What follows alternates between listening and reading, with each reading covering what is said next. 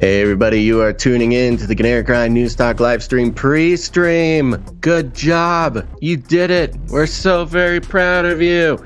We are back. As you can tell, my voice is back. Isn't that nice? Yeah, I know. I was stoked too. We'll see how long it lasts. You know how these things go. But I just want to remind everybody that we are back in business. You are watching us now, which means we have a wonderful show coming up for you. And I would like to encourage anybody, if you are so happy that CanaryCry News Talk is back in business and you are missing something from your life, you felt like there was some sort of value had vanished, well, perhaps that's a sign to put some value back into the show and, let the show know how much you missed us. You can do that by heading to CanaryCry.radio.com/support or CanaryCry.support. If you need to get demooched, today's a great day to do that. Otherwise, you need to make sure to either join the text message list or join the newsletter. Either way, because if you were caught by surprise that the show, we did not have a show on Monday, that's because you were not part of the newsletter or the text message list. So go do that. You can do that at CanaryCry.Party. Sign in there, put your email in, we'll put you on the list. We let you know. Well, first of all, we send you all the sources for the show before the show starts, so you can follow along or just, keep them for your records. But if something goes wrong, we'll also let you know through that newsletter. Don't worry. We almost never try to steal your cryptocurrency through that newsletter. So, anywho, jokes, folks, jokes. We're back in business. All right. Well, here you go. Stay hydrated. Let's get this show rolling.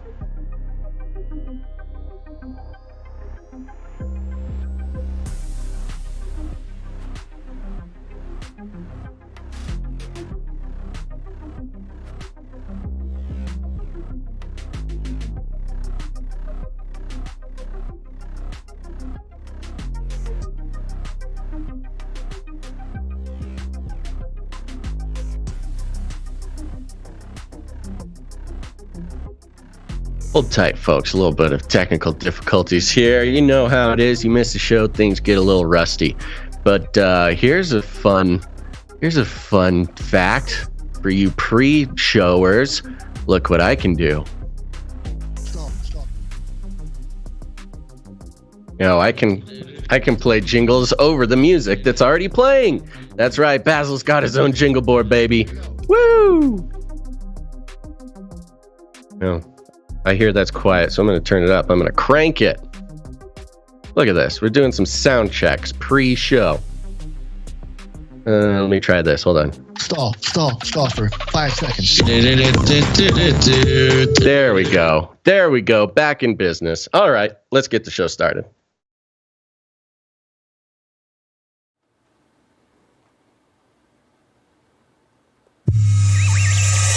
The world is getting crazier. People are acting more and more insane. The end of the world is tomorrow. There's only one thing to do when the world is falling apart. Listen to Basil and Gonz as they discuss this week's news and events through the lens of Bible prophecy. You are listening to CanaryCry News Talk. You're listening to CanaryCry News Talk. Today is June 1st, 2022. We are live to tape, baby, and today is episode 491, NEPHAMSTERS NEPHENGUINS. And Razzle Dazzle signing on from Off the Grid. I'm your best buddy, Basil. And my name is Gonz, your favorite Asian provocateur for Christ, a.k.a. the Cabana Boy, here to serve you a podcast that brings you the best news, which is the gospel message of Jesus Christ, while reporting the egregious with a well-rounded, biblically grounded take on world events. I feel rested. I feel revived, rejuvenated. It's June. Yeah. Let's go. Let's go. And healthy. And healthy. Yes, we'll get to that. And we're going to get the show started here. You can tell I have my voice back, which is awesome, so I can tell you what to expect for this episode. As the title of the episode hints at, yes, we've got Nephilim hamsters, we've got Nephilim penguins, we've got all sorts of Nephilim, but we're also going to be checking in with some so the race war, got to pay attention to that. We've got K-pop, the Koreans getting in on the PR campaign for Biden. Of course, Flippy, our favorite robotic arm, is trying out a new look, a new squishier, more human-like look. So we'll check that out. We've got, just the most upside-down world debunking going on over at CNN, which everybody's going to love. We're going to be checking in with the Great Reset and some World Economic Forum analyses. After the break, when we bid adieu to YouTube, we'll be checking in with the gun control debate and the Uvalde updates, which are completely off the rails. A little bit about climate change, a little bit about UFOs, aliens, Antarctica, Nephilim, penguins. You get the gist. It's going to be a great show. But we're going to start out with our lead stories. But as the days of Noah were, so shall also the coming of the Son of Man be. You can't take the CRISPR. You can't take the Cas9. We signed off on Friday. It's been a few days since we had an episode, but as soon as we signed off, this story hit the news wire, and so we start off with that today, and it's from metro.co.uk. Do you want to do this one, Basil? Because I got the next one. Oh, I'd love to. I'd love to. Please. Okay, this is coming from metro.co.uk, so you know it's true. And the headline reads like this: Gene editing experiment turns fluffy hamsters into aggressive mutant rage monsters. Rah. Gotta love it. Thanks, metro.co.uk. A team of scientists in the U.S. have accidentally created overly aggressive mutant hamsters following a gene editing experiment. Using the controversial CRISPR technology, researchers at Georgia State University were examining a hormone called vasopressin and its receptor AVPRA1A. They opted to try to remove the latter from a group of Syrian hamsters, with the expectation it would increase bonding and cooperation between the lovable little critters. That's because AVPRA, I will call it, that's AVPR1A. I'm calling it AVPRA. That's because AVPRA is understood to regulate things like teamwork and friendship, as well as dominance and bonding. Their expectation proved to be wrong. Very wrong. We were really surprised at the results, said Professor H. Elliott Albers, the lead researcher on the study. Quote, we anticipated that if we eliminated vasopressin activity, we would reduce both aggression and social communication. Quote, but the opposite happened. The academics found the adorable bundles of fluff turned into mutant rage monsters, exhibiting, quote, high levels of aggression towards other same-sex individuals. All hamsters, regardless of genotype or sex, exhibited aggression, including chasing, biting, and pinning, when exposed to non-aggressive same-sex conspecific in a neutral area. Arena. Professor Albert admitted the results of the experiment were a, quote, startling conclusion. Now, here in the article, they take some photos from the study of just these aggressive little guys. It's like action shots of hamsters wrestling each other and fighting each other. which is just so adorable. The scientists chose to experiment with Syrian hamsters because, unlike mice, they have a social organization that is similar to humans. Professor Albert explained, quote, "Even though we know that vasopressin increases social behaviors by acting within a number of brain regions, it is possible that the more global effects of the AVPRIA receptor are inhibitory. Quote, we don't understand this system as well as we thought we did." Oh, good job, science. You know, I'm kind of glad they figured this out, but it is also terrifying because, you know, they may be acting as if this was an accident and they don't know how, you know, they weren't expecting it. And but if you consider the benefits of, you know, having a biochemical switch that you can fiddle with in a population that turns them all aggressive and antisocial and rageful. I mean, there's just literally so many movies about this exact thing. So figuring out how exactly this works, quote unquote, on accident, I would say perhaps they think it's a happy accident, those lizard overlords, has some terrifying implications for, you know, possibly the mass population being affected by such a hormonal imbalance. Well, it's interesting how it always devolves. Anytime there's a change made, it doesn't seem to make anything better ever, really. They very rarely, so rarely, Gonz, do we experience the feeling of reading an article about CRISPR experiments and being like, oh, wow, they did a good thing. Yeah, they figured some things out. Great. Sometimes the story can mask itself as such, but, you know, normally when you look into the details, it's not that.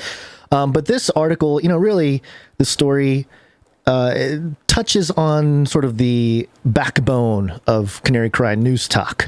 You know, the thing that separates us from a lot of different news analysis shows and, you know, even Christian shows is the sort of weird worldview we hold about the origin of life and the history and the reality of the mythology that is left in history. And, you know, it all kind of goes back to Genesis 6 in the Bible. And, you know, for those of you who might be new, there's a part in there in verse 4 where it talks about the Nephilim who were on the earth in those days. And it was from this weird unholy union between the daughters of men and the sons of God. They're called the Bnei Ha-Elohim in the Hebrew. And it's throughout the Old Testament, it's mentioned that the descendants of the Nephilim, somehow they're able to procreate and descend. They have descendants anyway. And a lot of the biblical conquest language that a lot of atheists and skeptics have pointed out is, oh, look at God, he's a genocidal maniac. A lot of that had to do with trying to get rid of like the genetic abomination, potentially with this sort of presupposition that was going on. And you see that kind of repeated in patterns with the 6 toes, 6 fingers thing that we've touched on in multiple episodes over the past, as well as people that are greater and taller, as it says in Deuteronomy 128, the sons of the Anakim. And so, you know, it's something that occurs a lot in the scriptures, and it's something that weirdly sort of proves that our point about where we are in history and how, you know, I think our community is the most well equipped when it comes to dealing with these changes happening with CRISPR and genetics and a special perspective that you don't get a lot. I mean, even in the sort of average American church, it's not really touched upon that, you know, the story of Noah and the flood, you know, there's not a whole lot of reasoning except for God was mad at people. It's a Sunday school, you know, throwaway kind of story. But like, the animals and But if you dig into it and you really take a look at the original languages and some of the cultural implications at the time, it's quite straightforward that there were some genetic tampering going on that was causing a lot of the trouble on Earth. And God was just like, yeah, hey guys, I don't think this is a very good idea. Let's just start over with this one. Right. And so it's on sort of a cosmological level, it can be a little concerning when you got humans playing around with DNA, the code, the building blocks, the Legos of life. Mm-hmm. Yes, because as we can see, story by story, doesn't really turn out very well. Very rarely do we get a positive story about tampering with this stuff. But we also have, a biblical account of just how God might feel about this sort of thing. And part of the story of his second coming and everything is to kind of reset that all or fix it all again, because it seems like that's the pattern here, that, a lot of the imagined dystopian sort of, Mordor type of scenery or reality, that kind of thing might have been like an actual physical reality if these beings, these descendants or whatever, genetic sort of abominations from the kinds in creation were, sort of allowed to run free and rule. So it's just an interesting, I don't know, thought experiment for some. And if you think that this type of thing won't have an effect on current events and isn't relevant to modern news analysis, you are mistaken, my friend. And that's why we got to keep it top of mind sometimes. Yep. So you're all welcome. Yep. What do we got next, Gonz? The race wars. Race wars. The race war. I've warned you and warned you and warned you. All right, so can't hold back anymore. The last day of May, they really pressed into the anti-Asian discrimination month thing. I didn't hear about it all month, but it was last minute. Get it all in there. Washington Post. A dynamite guest at the White House. BTS meets with Biden on anti-Asian discrimination. So it's written by Sung Min Kim, and this is what it says. A horde of eager journalists began to crowd the aisles of the White House briefing room Tuesday, long before the daily pairing session with reporters would begin. And they weren't there for Brian Deese. Burn! We'll learn more about Brian Deese in a moment here. For one afternoon, the White House became an exclusive stage for global K-pop phenomenon BTS, with each of the 49 briefing room seats becoming the most coveted tickets in town. The group had been invited by the administration to raise awareness of the prevalence of anti-Asian discrimination. Quote, "We are BTS," said RM, whose formal name is Kim Nam-joon, and is considered the mega group's de facto leader. Oh. So now we got Kim Jong-un, and now people have to get familiar with Kim Nam-joon. It is pretty people, right? I suppose. For us, it sounds similar, but you think there's like a cultural thing where it doesn't even occur to them? There's probably a big difference, obviously, with Kim Jong-un and Nam-joon. But it's always just kind of strange when there's references. There's a lot of Kims out there.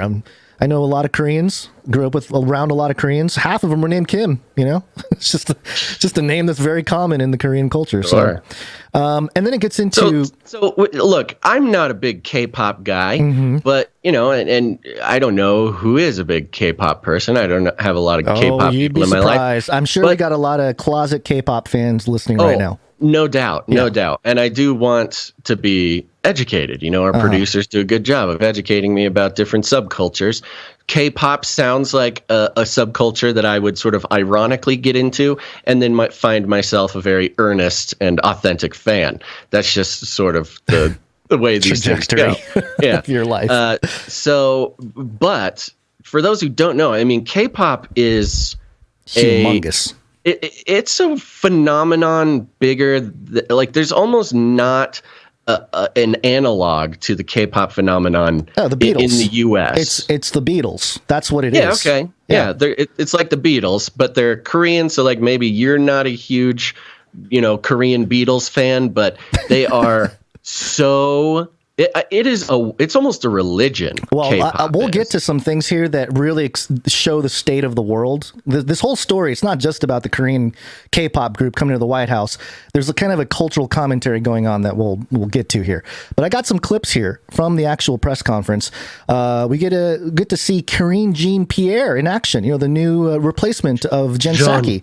Jean-Pierre. Yeah. So this is the first minute or so of the press conference. They're walking out out of the side room there. There's 7 members of BTS.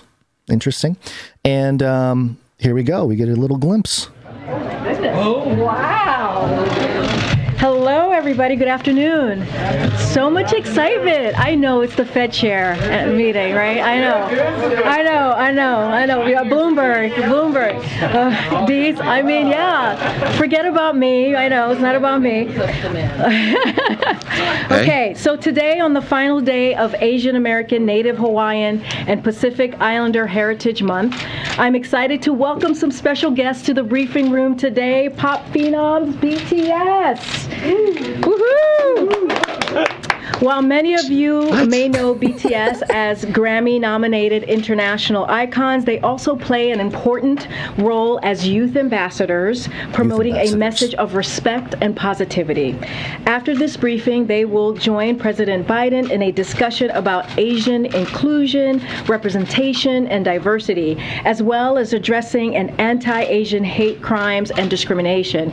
As many of you know, the president has led a historic whole-of-government approach to combat racism, xenophobia, and intolerance facing ANHPI communities. She slipped up. She doesn't want tolerant people. Well, I missed it. She's fighting tolerance, fighting. Yeah. Biden is fighting tolerance. Yes. So there you go. What do you think? What do you think about her little entrance there? Little jib jab with the crowd. You know, she's like, we're friends. We're hanging out. Unfortunately, it's a little embarrassing. I mean, she's like kind of trying to MC some sort of event, and they're trying to hype it up, you know, as this big, you know, I don't know, big opportunity, big showbiz thing. She's doing a showbiz thing, which I get it. It's part of her job a little bit. Yeah. But seeing as how the response from the audience was a little lackluster, I think there's maybe an unfortunate read on the situation. In the room, it might have been, but we'll learn about what was going on outside. Here's a clip from what's his name, Jimmy or something? I don't know. It's the translator translating for us. Jimmy said, "We were devastated by the recent surge of hate crimes, including Asian American hate crimes. To put a stop on this and support the cause, we'd like to take this opportunity to voice ourselves once again." Joe said, "We are here today thanks to our army, our fans worldwide." Their fans are called the Army, ARMY, all caps, just so you're aware. Have different nationalities and cultures and use different languages. We are truly and always grateful. Jungkook said, "We still feel surprised that music created by South Korean artists reaches so many people around the world, transcending languages and cultural barriers. We believe music is always an amazing and wonderful unifier of all things." See, I think it's interesting that they're surprised because they have the assistance of some very powerful people. And I don't know if you've seen the music video called Permission to Dance, Basil, from BTS. But it sounds like my jam. Yeah, you are not part of these 66 million people who have viewed this video. And I'm not going to play the audio, but I have the video playing in the background for people just listening at home. The entire video is shot from the podium. It starts at the podium at the UN, the General Assembly's building. And, you know, the first guy is singing right there in the podium. And it's kind of like a one-shot music video where they go through, they hand off to another guy. And, the whole shot goes up the stadium into the outside. It's just a one-shot thing. But the whole thing takes place at the UN. And okay, so they're kind of a globalist sort of puppet already. Yes, 100%. Okay. So, and for the guy to be like, "Oh, we're so surprised that our music transcends and reaches so many people," it's like, yeah, you have the engine of the world controllers. Of course, you're going to get the kind of boost and world recognition, and it's no surprise to me that they're being used in a sort of a way. I don't know. I think it's making people uncomfortable here in the U.S. Well, I was wondering how much they got paid to do this PR for Biden. Oh, probably a lot. Yeah. Let me go back to the article real quick because there's some interesting, fun things in here. I'm going to skip through a lot of the meat there. Last July, the administration enlisted singer Olivia Rodrigo to promote coronavirus vaccinations. Last week, the White House brought actress Selena Gomez to highlight mental health But at some points on Tuesday, the anti-discrimination message the administration wanted to convey was a bit overshadowed by the sheer hysteria inside the briefing room and outside the White House gates. Outside, hundreds of fans, mostly young girls, gathered in hopes of snagging a distant glance at the K-pop group as they waited in the scorching sun. They chanted the name of the 7 members and screamed, "BTS! BTS!" This was at the White House? This was in America? This is in America, right outside, yes. Okay. Inside, scores of intersected journalists, many of them Korean descent, packed the aisles at least a half hour before the briefing was supposed to begin, making the already cramped room even more stifling. Veteran journalists quipped that the briefing room hadn't been that crowded since the days of Sean Spicer as press secretary, when the sessions became must-see TV for all the wrong reasons, at least for the Donald Trump administration. Got to get that in there, Wapo. Yeah. And then it goes into kind of a weird comparison to make, though. Like this, we brought in this, we brought in the Beatles just to try to get as much attention as Trump would get. Yeah, they're admitting their failure as just a normal administration to draw any kind of attention or excitement. Yeah. Later down here, more than 300,000. So it talks about the number of people that were watching the stream when they came on, and it was a whopping 197,000. More than 300,000 were still watching live the stream as Deese, the White House director of the National Economic Council, stepped up to the lectern and began to speak. In parentheses, the viewership numbers declined precipitously the longer Deese talked about inflation. Quote. Yeah, of course. Quote, "Okay, so I get to go home and tell my kids that BTS opened for me," Deese said as reporters laughed. Quote, "I did not expect that when I woke up this morning, and I know that you're all here to talk about trimmed mean inflation, and you're as excited about that as you are for them," end quote. And yes, as everybody trickles out and nobody cares about the inflation report. I think they just really literally left. They literally left the briefing room. I don't know if they literally left the briefing room. I'm sure some did. I'm sure there was a group of people that left. This is just the state of the world. That there are things happening that are very important. I would imagine a report on the inflation numbers and the economy is just as important or more important than Asian race hate crimes or whatever. What the world cares about is not even the race stuff. It's BTS. It's the distraction. Well, more than anything, it shows how desperate they are to get any attention. Get people's attention, positive attention, right? And to lure people in with sort of a sugary treat that is a K-pop band, a popular K-pop band. Yeah, their skin is so perfect. It's kind of gross when you look at it. It's like, man, what are you doing? Don't Asian shame these Asians, you Asian. But hey, they're all fit young lads. They're fine. But they look like clones. On the last day of Asian American month, Pacific Islander but there's a lot month. more in there. Yeah, sorry, I forgot the whole thing. But I'm not offended. It's okay. They got to lump them all in.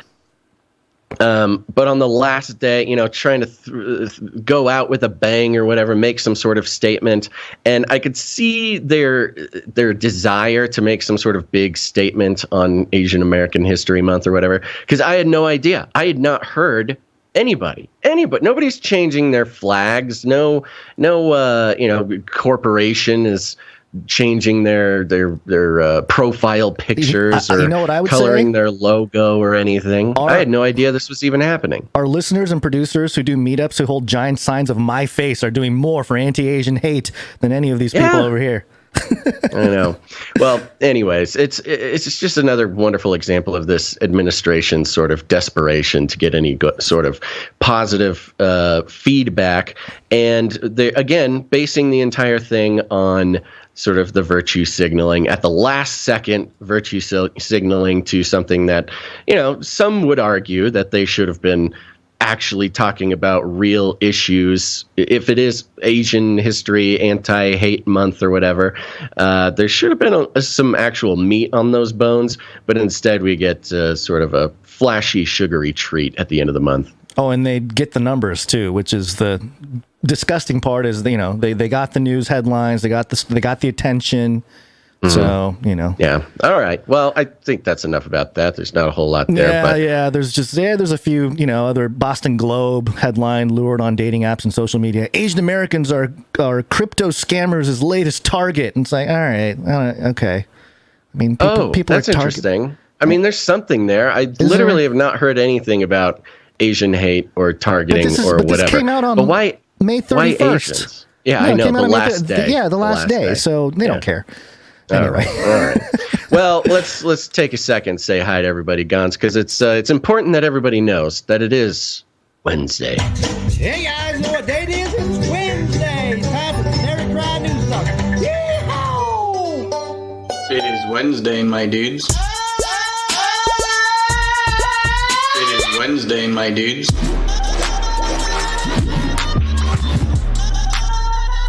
Wednesday. It is Wednesday, my dudes. It is Wednesday, my dudes.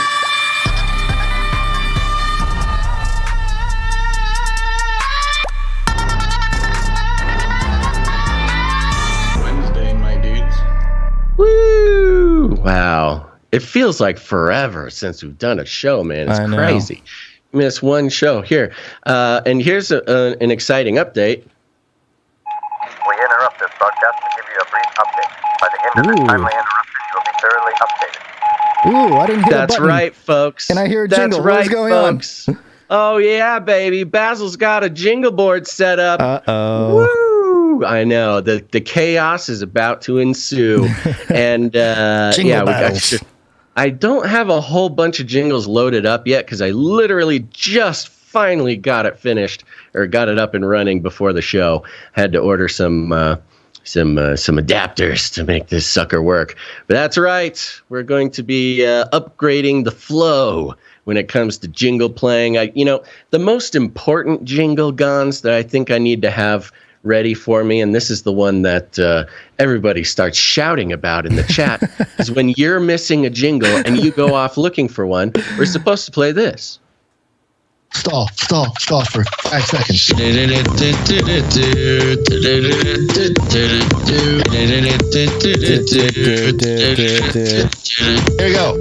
we go. Let's go. So there you go. Yeah, I've only got a few loaded up here, but I'll have more loaded up by next show. And for those of you who are listening to the podcast version, oh my gosh, I hope we've got the levels right on this. And if not, just know we're going to fix it as we go. But there we go. We are increasing our availability to smooth transitions and timely jingles. Mm-hmm.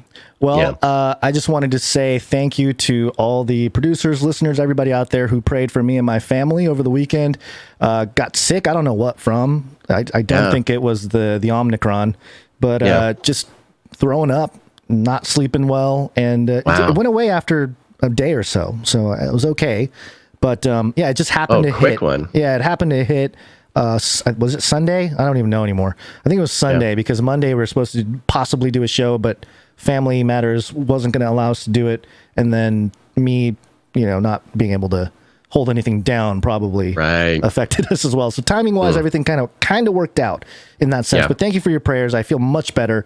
And it's weird how that works. You feel kind of crummy and you make the call and then, the Lord moves. Yeah. So thank you very much. It's good. I mean, I wasn't feeling much better on Monday anyways. Today, I'm feeling significantly better. Thankfully, my voice. Oh, there he is. Propaganda Rooster. Yes. I named in the subtitle, I have Propaganda Rooster in there. And I said, hey, buddy, I need you to show up. You were kind of skeptical, but there he is. He's been kind of quiet the past few shows, but that does remind me, I will go ahead and load up the Propaganda Rooster onto my jingle board. Oh, good. Very good. Because we, sometimes we forget to give him the jingle that he deserves. Yeah. Do you have it with you? Or are you going to stall yourself to find it? I'm downloading it. I'm getting it off of the cloud here. Mm-hmm. And actually, it shouldn't take me too long to load it up. I can load it up here. And while I do so, you can enjoy this stall jingle. Again? Stall for 5 seconds. There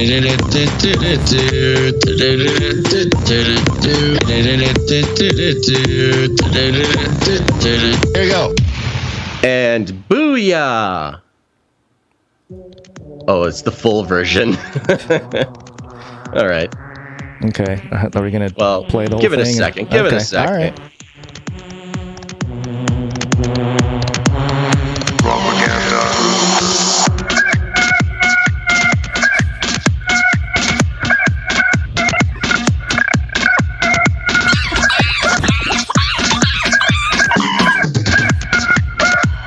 Okay.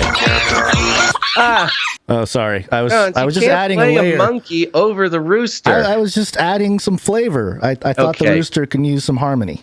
Oh, folks, it's already going off the rails. This is gonna be fun. Okay. So there, okay, but I took that time to get the short one. There we go. Okay. Okay, so they're going to have fun. It's going to be out of control. Thank you for bearing with us here. But yes, my voice is back. I feel better. I still feel weird, weird and fragile is what I've been saying when people ask me. Thank you, everybody, for checking in and praying, of course, for me as well. What was I going to say? I don't know. Voice is back. Recorded a Ravel yesterday. Recorded... I did an episode. Yes. I did a thing. Yeah. Had my interview with Derek Gilbert about the NWO Fantasy League, which goes like this. It is a New World Order Fantasy League. They're all 100% eugenics, transhumanist lizards that control everything. They hate you. Oh, Gonz is already annoyed. I'm not annoyed at all. This is fantastic. This is less work for me. I'm all about it. Good. So, but I will mess with you when you do stuff. It's just for fun because I don't like that. But Derek's super stoked. That's right. The New World Order Fantasy League Beta League is we're getting cranking. We got producer built a beautiful website. We got the PR going out with Derek Gilbert. That episode won't be airing until the June 26th. So we'll give everybody a reminder about that. Yeah. Well, he had other people ahead of me. So okay. But that gives us time to get the ball rolling. It's very exciting. All right. Well, do we have any executive producers today? Is that? That's right, folks. We're on the value for value model. Yeah. It's awesome, which means we take. Producers. That's all right. Yeah, we take no corporate money whatsoever, which means we have no corporate interest involved in our news, analysis, and deconstruction. And the producers, they are producers who come in and support the show. You carry the heavy load. We call them executive producers. And we do have one. We have one for today's show, which is nice. And that is producer Kaylee L. Kaylee, thank you very much. Thank you very much, Kaylee L. Yeah, let's give her that executive producer jingle. Where'd you find this? Yup, and that's it for now. There's still time if you're out there, you're watching live, you want to become an executive producer or produce the show at all. Remember, the show is only sustained by the participation of the value for value model. That's because we play no advertisements, no affiliate codes, no platform partnerships, no corporate money whatsoever. Because if your news analysis and deconstruction is coming from a place of corporate interest, then you're not getting true analysis and deconstruction. I'm sorry, it's just the fact of the matter. And so if this show brings you any value, go ahead and put some value back in. It's the only way the show can exist. And when the production stops, we'll know that we have finished our job. But today is not that day. Head on over to CanaryCry.Radio.com/support.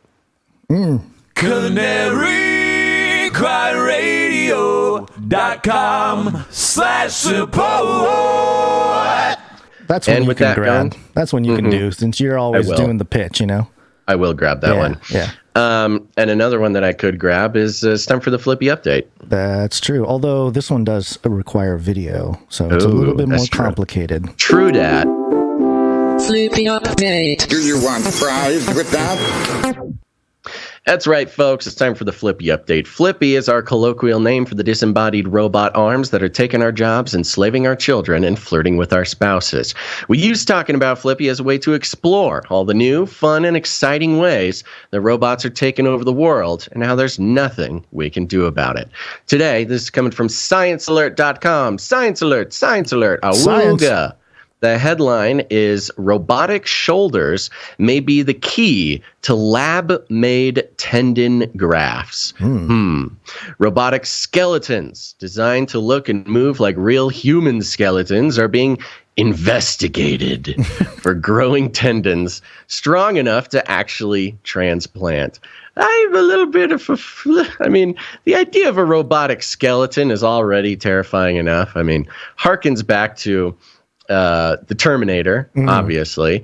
And, the thing I always thought about the Terminator is why did they make the robot skeleton look like a human skeleton? What's the point? Now, of course, it terrifies us.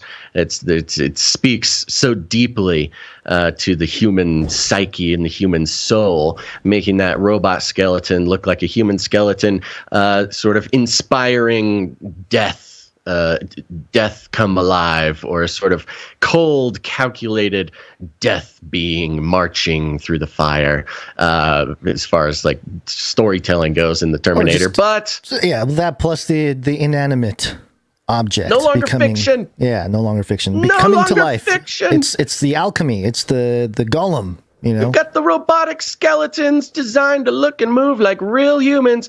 And they're not being invented or created or manufactured. They're being investigated.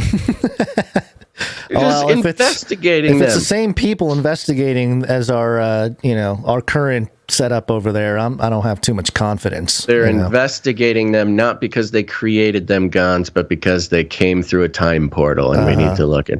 Yeah. The article goes on. If the proof of concept can be perfected with further research, tissue grown on humanoid robots could one day be grafted onto a real person, fixing tears in their tendons. Today, surgeons can try their hands at repairing tendons, often transplanting a graft from another tendon in the body, but the outcomes are mixed. For more than 2 decades, scientists have been looking into alternative strategies like artificially engineering tendons for transplantation, growing new tendons from an individual's cells outside the body. However, is tricky business. It's currently done in little bioreactor chambers, which simulate the conditions of a joint. Nice, bro. Simulate the conditions of a joint.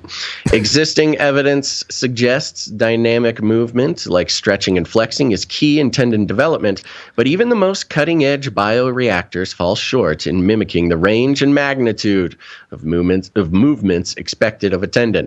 The result is tissue that may not live up to the task required of it. Robots could help solve that problem by essentially breaking in tendons for us. So far, the concept has only been proved using a simplified robotic shoulder joint, but when human cells derived from a shoulder tendon were grown in a flexible bioreactor chamber, one that could bend and extend with a robot's arm, they proliferated faster than those nurtured in a static environment. The cells also expressed different genes. Jinkos? Are you catching this, Gonz? No, Jinkos is not. Hey, man, the cells loved Jinkos.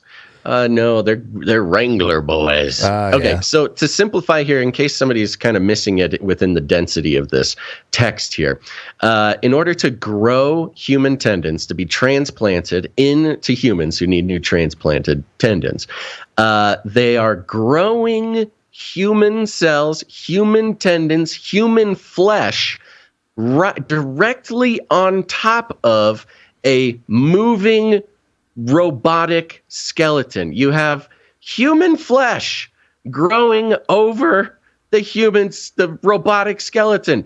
This is literally the Terminator. And it's starting with Flippy, the robotic arm. It starts with the shoulder, then the whole arm, Gonz, and soon we're going to have a bunch of ambulatory human/robotic android Flippies walking around. And again, we focus on Flippy. Why do we, if you're new to the show, why do we specifically focus on the arm, the robotic arm? The robotic arm is what's changing the world in so many different ways, from manufacturing to restaurateuring, and now to literally growing human flesh over the robotic arm. Now, it continues. Mechanical stress like tension, compression, and torsion occur when human tendons grow naturally, so it makes sense that similar movements could help engineered versions grow too. Tendons are what connects human muscle to our bones, and this means they must be both strong and flexible. If tendons are deprived of tensile stress, they rapidly deteriorate. So, again, these just take it from sort of a philosophical view here. We're trying to regrow human tissue, and the human tissue does not work very well. It is mostly useless unless we grow it onto a robotic arm first. And so it's putting this very heavy weight of importance onto Flippy again. Not just for manufacturing or restaurateuring or flipping burgers or whatever, but also for the future of human health. The future of rebuilding a human body starts by growing it on a robotic arm. Not only sort of culturally and in the social engineering sense does this secure Flippy's place of importance and perhaps even essentiality, if that's even a word. But now we must thank Flippy. We must thank Flippy for his for the robotic arm giving the human arm the ability to heal. And it's only a matter of time before they start growing this, muscle and tendons over a robotic arm. And he says, actually, I like this. I'm going to keep this flesh, and then starts walking amongst us. Yeah. Well, this is the two-way street because, yes, on the one hand, this is leading more towards a human-like robot that is literally has human muscles and tendons to use as part of its body. But it's also the ethical question about how we ought to help ourselves. And if you don't have a robotically engineered tendon, then, hey, you're not going to be as good. Your tendon's not going to be as well repaired moving forward, right? So the ethical questions, you're just restoring your tendon, man, but also robot helping. Well, you know what the dangerous part about this is even I, Flippy's biggest fan and harshest critic, even I don't have an ethical problem with this. And I think that is the danger. The danger is it's hard to pick out an ethical problem with using a robotic skeleton to grow a piece of human to fix a human. I can pick out dozens of other ethical problems with other Flippies, especially when they try to steal our spouses and enslave our children, which are from actual news articles, folks. But the danger is that it is so benign. Right. When it's benign and ethically and morally sort of neutral at the worst, then that's when the proliferation and the continued evolution of growing human flesh on a robot skeleton is allowed to sort of go unregulated. It's the road to hell is paved with good intentions. I mean, this is exactly it. Literally, every little step might not seem horribly ethically wrong, and it may not even be that wrong, but in the context of the greater direction is when you start to see it. One of the directions that you could really question is, hey, if we can grow human flesh on a skeleton, why not on a robotic skeleton? Why not grow a human in a robotic, well, that's what I'm saying. It's a two-way street. The blending has begun. The iron mixing with clay. It doesn't end well, according to the Bible. especially with the culture war of, birthing persons and everything. Hey, we use a robot to grow tendons. Why not just use it to grow a baby? And then we can throw this whole cultural... Let's just make the baby out of the robot tendon maker machine. Hey, let's go. Everyone has a baby. And then why not even bother with the baby? Why not just grow human flesh on the robot skeleton and call that your full-grown son? This is my son. My very strong, full-grown robot son named Flippy. I love him very much, and he's going to be a doctor someday. He's not growing at all. Is he programmed to grow, or did you slow down his aging? He's 7 feet tall, and he's the strength of 10 full-grown men. Yes. And he also puts me, his father, in a baby Bjorn on his back and walks me around because, of course, driving an automobile is dangerous and bad for the earth. Now I just get piggybacks from my 7-foot Flippy robot son. Well, you named him Gilgamesh, which I thought was strange. Considering that actually came straight from the factory. Okay, they said they gave me a special model, and that yes, he's got a destiny to die for. And I said, I'll take him. Okay, you middle named him Nimrod. I don't know what you're doing over there, but okay, let's it's the serial number. The serial number just happened to spell that out. That wasn't me. Wow, you got answers for everything. This is fantastic. I know. There you go, folks. There's your Flippy update for the day. All right, here we go. It's a party. Go to CanaryCry.Party, put it in your URL. Party time. Find the live stream, clips, email list, text notifications, street team posters, show notes, ways to connect with other Canarians, and how to become a producer. Welcome to CanaryCry.Party. It's the place you wanna be.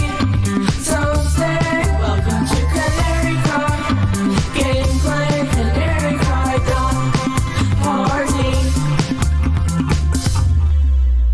Yeah, and if you head on over there, you'll find links to all sorts of important stuff that you'll want to get access to. I recommend everybody join our newsletter. That way you will be alerted immediately if something goes wrong with the show, if we get bumped off some platform, or if we both fall sick with the plague and need to cancel a show. But you'll also see a link to Ravel. Ravel is a podcast I do with Dr. Christopher Ryan Gates, who is a PhD in biblical interpretation. Very smart fella. Also, Dr. Christopher Ryan Gates is in the Naked Bible Fantasy Baseball League with Derek Gilbert and Mike Heiser, and so there's a fun connection there. But we do a show called Ravel, and it's about scripture, society, and scandal. We have tough conversations in good faith. And Gonz, You didn't tune into the most recent Ravel, did you? I have not had an opportunity. Okay. All right. Let me tell a little story.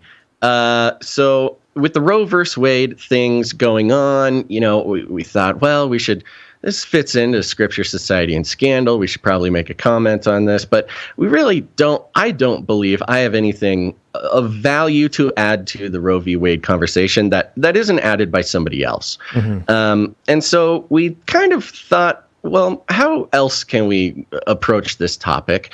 And I thought that it would be edgy and fun. Fun's not the right word. I thought it would be edgy and sort of an interesting way to come at the topic by doing a Bible study on babies being killed or murdered in the Bible. I know it doesn't sound fun. Fun is the wrong word, but there's lots of instances of that, and how does that stack up against a lot of God doing some of that? A lot of God doing that, right? Yeah. So it deserves. If we're going to have that tough conversation in good faith, we might as well go through the Bible and see when and why this happens. Yes. Now, we recorded this episode on Tuesday, May 24th, at about noon Central Time, which was exactly the moment when Uvalde, Texas was happening. Oh. Yeah. We didn't know. Later on in the day, the headlines started rolling out, and we had just recorded a podcast about dying babies on that day.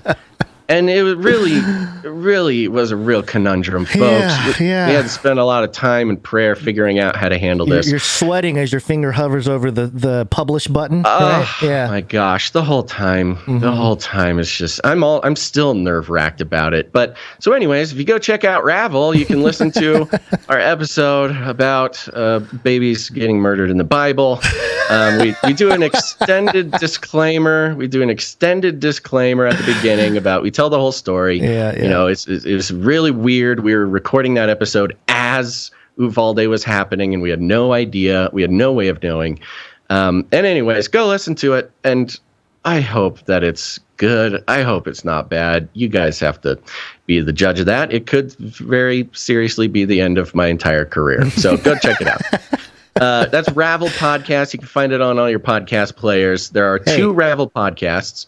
Yes. I just want to say that we operate under value for value for the specific reason. You are not cancelable. We are censorable by the lizard people on high. Right. Yes, but you can't get canceled. I don't think we're. I will say, yes. Thank you for making that point, and that's why I'm still here. Monica in the chat says I listened to that and I was fascinated. It was a great discussion. Thank you, Monica. There you go. So go check it out. Thorn says it was a tough episode, but worth the lesson and effort. Thank you very much, Thorn. Okay, so go check it out, Ravel. There are 2 Ravel podcasts. The other one explicitly stole our name and teased us about it on Christmas Day, 2020, in the middle of a pandemic. But Ravel is on record.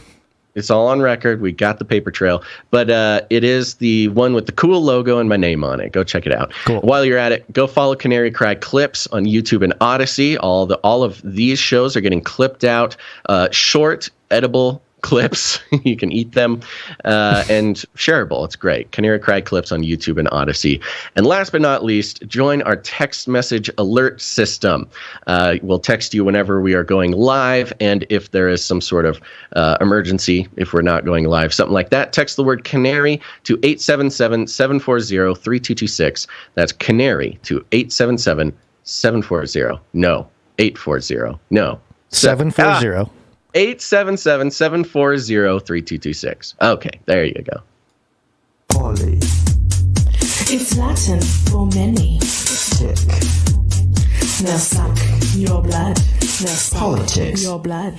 This was fun, Gonz, and I'm glad we got it to the show. So, just as some background here, we've been following CNN's evolution through their new ownership. The owner, one of the big bosses of the new ownership of CNN, just happened to be, yes, Discovery Time Warner. Right. Okay. One of the big bosses there was one of the guys who started Fox News. He's putting out a bunch of big talk about how CNN's going to go back to real reporting, and it's a bunch of nonsense now. And we've really been watching the shakeup happening at CNN. It's been a real blast. And this really, I mean, we've been sort of tracking the hints that something is changing at CNN, but this, I mean, this changed my entire, I mean, this turned the world upside down. This is, wow. If there's no evidence, if we already hadn't cataloged the evidence of CERN turning on and, everything flipping, yes. Yeah, catapulting us into an alternate dimension where up is down, down is up. There came this editorial, this fact check from CNN. First. Yes. This from the Facts First over on CNN.com, CNN Politics. And the headline is Fact Check. Debunking false viral tweets about Abbott and Cruz after Texas mass shooting. They're defending Abbott and Cruz? We're debunking. We are debunking viral tweets about Abbott and Cruz. And it goes like this. In the wake of the Tuesday mass shooting, this came out last week. In the wake of the Tuesday mass shooting at an elementary school in Texas, Twitter users went viral by making false claims about 2 of the state's most prominent politicians, Governor Greg Abbott and Senator Ted Cruz, both Republicans. False claim about a threat from Abbott's office. On Thursday, a Twitter account going by the handle quote, My Cancer Journey, posted a 3-tweet tale that was shared tens of thousands of times by others on Twitter before it was deleted. The tweets purported to be written by someone whose nephew was shot in the massacre at Robb Elementary School. The tweets claimed that an Abbott representative knocked on their door shortly after they returned home from identifying their nephew's body, and that this representative, quote, informed us he's willing to pay us to stand with the governor and say we don't need stronger gun laws. The tweet claimed that the governor's representative then threatened them with, quote, charges and possibly worse if they spoke about the conversation. Then that the representative even said that, quote, people get hurt and disappear all the time. In total, the 3 tweets were tweeted or quote tweeted more than 67,000 times. Oh my gosh. And liked more than 240,000 times. Woo. Many of these shares were from liberals opposed to Abbott and Cruz. Wait, while hold on. some We're reading CNN. Just keep that in mind. Okay. Keep that in mind. We are reading Identifying CNN liberals. right now. It reads like a Louder with Crowder article or something. Never call themselves liberals. Yeah, Never. that's pretty does crazy. CNN refer to liberals as liberals because they're not. They're they're apolitical. They're just they're just nice, free-thinking folk. These liberals. No, in this case, they're liberals. Many of these shares were from liberals opposed to Abbott and Cruz. While some wondered if the story was real or not, others took it as authentic. Fact first: the viral story about Abbott is fake. Abbott is fake. The My Cancer Journey account deleted the 3 viral tweets on Friday. Then the account was taken offline entirely. The man behind the account insisted in a brief Friday phone interview with CNN that an unknown person who had somehow gained access to the account had posted the tweet was a hoax. This has to be like a line item from lawyers or something. Like, we Isn't got it? option A here. I know it's been used a lot, but legally it works here. Someone hacked your account and tweeted out the hoax. Yeah, I mean, there you go. They're calling it a hoax. I mean, first of all, CNN actually did some actual journalism and called the guy who did the tweet, who owned the account. I mean, that alone is like, oh, what has happened? We are definitely in an alternate dimension. They actually were trying at least to do some journalism, which is bizarre. When in the world have you ever heard? I mean, CNN reports on tweets all the time. This tweeted that, this tweeted that. Oh, they're so crazy, blah, blah, blah. But to actually do some journalism, call the person who owned the account, obviously freaked the person out so much that they erased their account. I mean, they are. I don't know if they were a popular account before or not. But they obviously were freaked out. I know we're going to finish kind of reading out this article. I'm sure you have some other points to make, but this is a pendulum. You got to keep in mind with the pendulum. At a certain point, we might find a moment in time where it feels very balanced. A regression to the mean. But it'll be an issue if it continues to float the other way, and as the pendulum swings far the other way, it'll just be CNN will just become kind of a Republican outlet. You know what I mean? Like, it'll just be totally right wing. That's, we are aware that the political poles, much like the poles of the earth, sort of switch every once in a while. And I think that's one of the very interesting parts about what we're watching here is we are watching in real time. CNN sort of changed their tune in response to new ownership. So anyways, it goes on fact-checking this and sort of defending Abbott. Now there's the false claim about Cruz's tweet. Another Twitter user accused Cruz. This is Ted Cruz, the sort of cartoonish punching bag for CNN and liberals forever. Which is admittedly not hard to do. He has sort of occasionally shown himself to be a silly man. But the debunking of a negative tweet, about Cruz on CNN. Blowing my mind. Another Twitter user accused Cruz of having tweeted the exact same 3 sentences after 12 different mass shootings, changing only the location each time. This tweet from a user who goes by Chavito on Twitter and rap stage name Cali Kev generated more than 17,000 retweets and quote tweets, plus more than 43,000 likes. Chavito wrote, quote, "These mass shootings happen so much that Ted Cruz really got a template ready to tweet whenever they occur," adding an expletive, calling the situation wild. The viral tweet featured a collage of 12 images that showed Cruz supposedly tweeting the same words over and over. Quote, "Heidi and I are fervently lifting up in prayer the children and families in the horrific shooting in location. We are in close contact with local officials, but the precise details are still unfolding. Thank you to heroic law enforcement and first responders for acting so quickly." 11, this is the facts first from CNN. 11 of the 12 supposed Cruz tweets in the viral collage are fake. Cruz did tweet those 3 sentences after the mass shooting in Uvalde, but not after any other incident. The man behind Chavito account did not respond to a request for comment. So CNN actually reaching out to the Twitter users. Cruz's office confirmed that the senator tweeted this message in response to the Uvalde massacre, but not in response to any other. Some other Twitter users slammed Cruz for using some similar language about prayer and law enforcement in his tweets about some past shooting. That's fair game. But the allegation in the viral tweet was that he has used the same 3 full sentences after 12 shootings, and that's just not true. End of article. No, but we all know Cruz is a bad guy, and so he tweeted this other horrible thing. We're going to leave you with a bad taste for Cruz in your mouth. The worst thing they say here is that's fair game, to criticize him for something else. But the allegations are just not true. Boom. End of article. No talking about Trump. No bringing up a Trump tweet.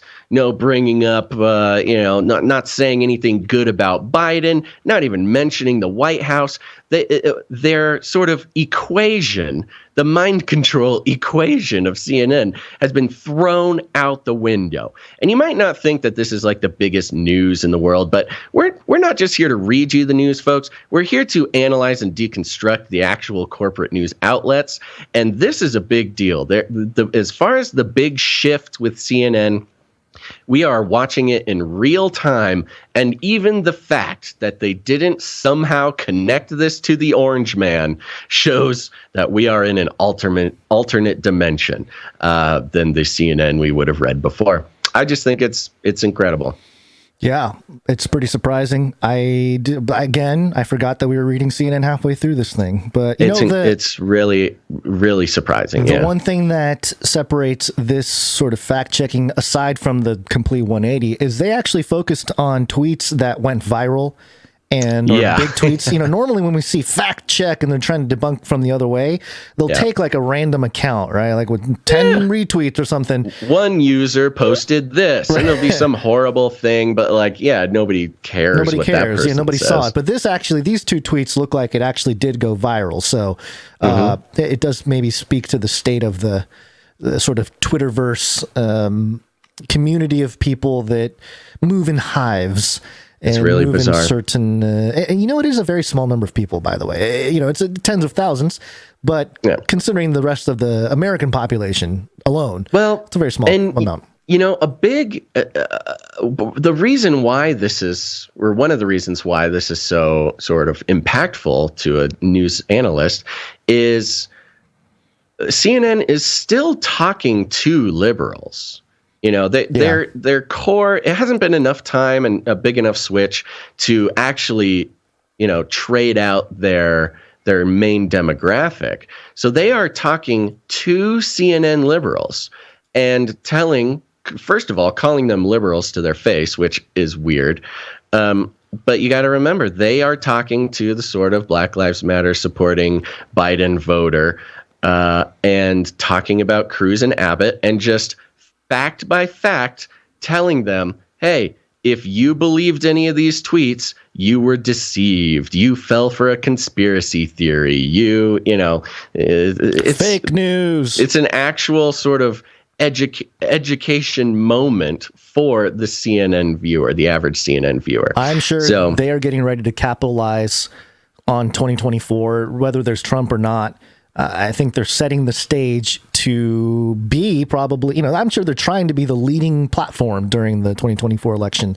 And Absolutely. that might include, a more balanced appearance, I would say. I don't know that they would really be balanced, but their presentation will be, least. So we'll keep an eye on that. They put it in black and white. They have quotes talking about, hey, this is a new CNN. We are trying to, bring on the Fox viewers. We are, they're going for it. The guy that's taken over, I forget his name. We reported on it. One of the Discovery guys, I think. It was pretty funny when he said that, we got to clean it up. We need to do better. We actually need to do real journalism. Real journalism. That's what it was. The quote. That's right. And funny how real journalism means, critiquing liberals and supporting conservative politicians. That's what real journalism is in the minds of the new CNN owners. It's a new world. Yeah. Well, and I do think that the younger population aren't falling for the same tactics as the generation of the aughts and probably the 2010s, the explosion of the liberal left progressives and that kind of thinking. I don't know that it's working the same way. There's like a generation coming in who pushed back on all that, parents especially that pushed back on all that. So they got to cater to them if they want to stay alive. So makes sense. But they're not alone in the fact-checking realm of things here. We need a great reset. Learn to use the dark side of the Force. Oh, great. Some great reset fact checks. Love it. This is ctvnews.ca, the Canadian outlet. And, Justin Trudeau recently made a big statement about guns, like trading guns in Canada. It was a pretty gnarly statement after the shooting, the Uvalde thing. Didn't he say, they're stopping all import and export and trading? And I forget the exact thing. I don't know. Did you miss that? I missed it. You can maybe look it up. But let's see. The headline for this one is Truth Tracker, analyzing the World Economic Forum Great Reset Conspiracy Theory. So very interesting. Let's see what they say, because the facts, most people, even-keeled people, look at the facts and they go, I don't know about this Klaus Schwab and the World Economic Forum. Here's what it says. The World Economic Forum's 51st annual meeting wrapped up Thursday in a luxurious alpine town of Davos, Switzerland. Private jets have shuttled the billionaires, global leaders, and business magnates away, yet conspiracy theories about the elite and influential lobbying organization remain. The claim: conspiracy theorists say the World Economic Forum is pulling the levers of world power. Some even accuse it of using or even orchestrating the COVID-19 pandemic to restructure societies in favor of multinational corporations and leftist global elites through a project called the Great Reset.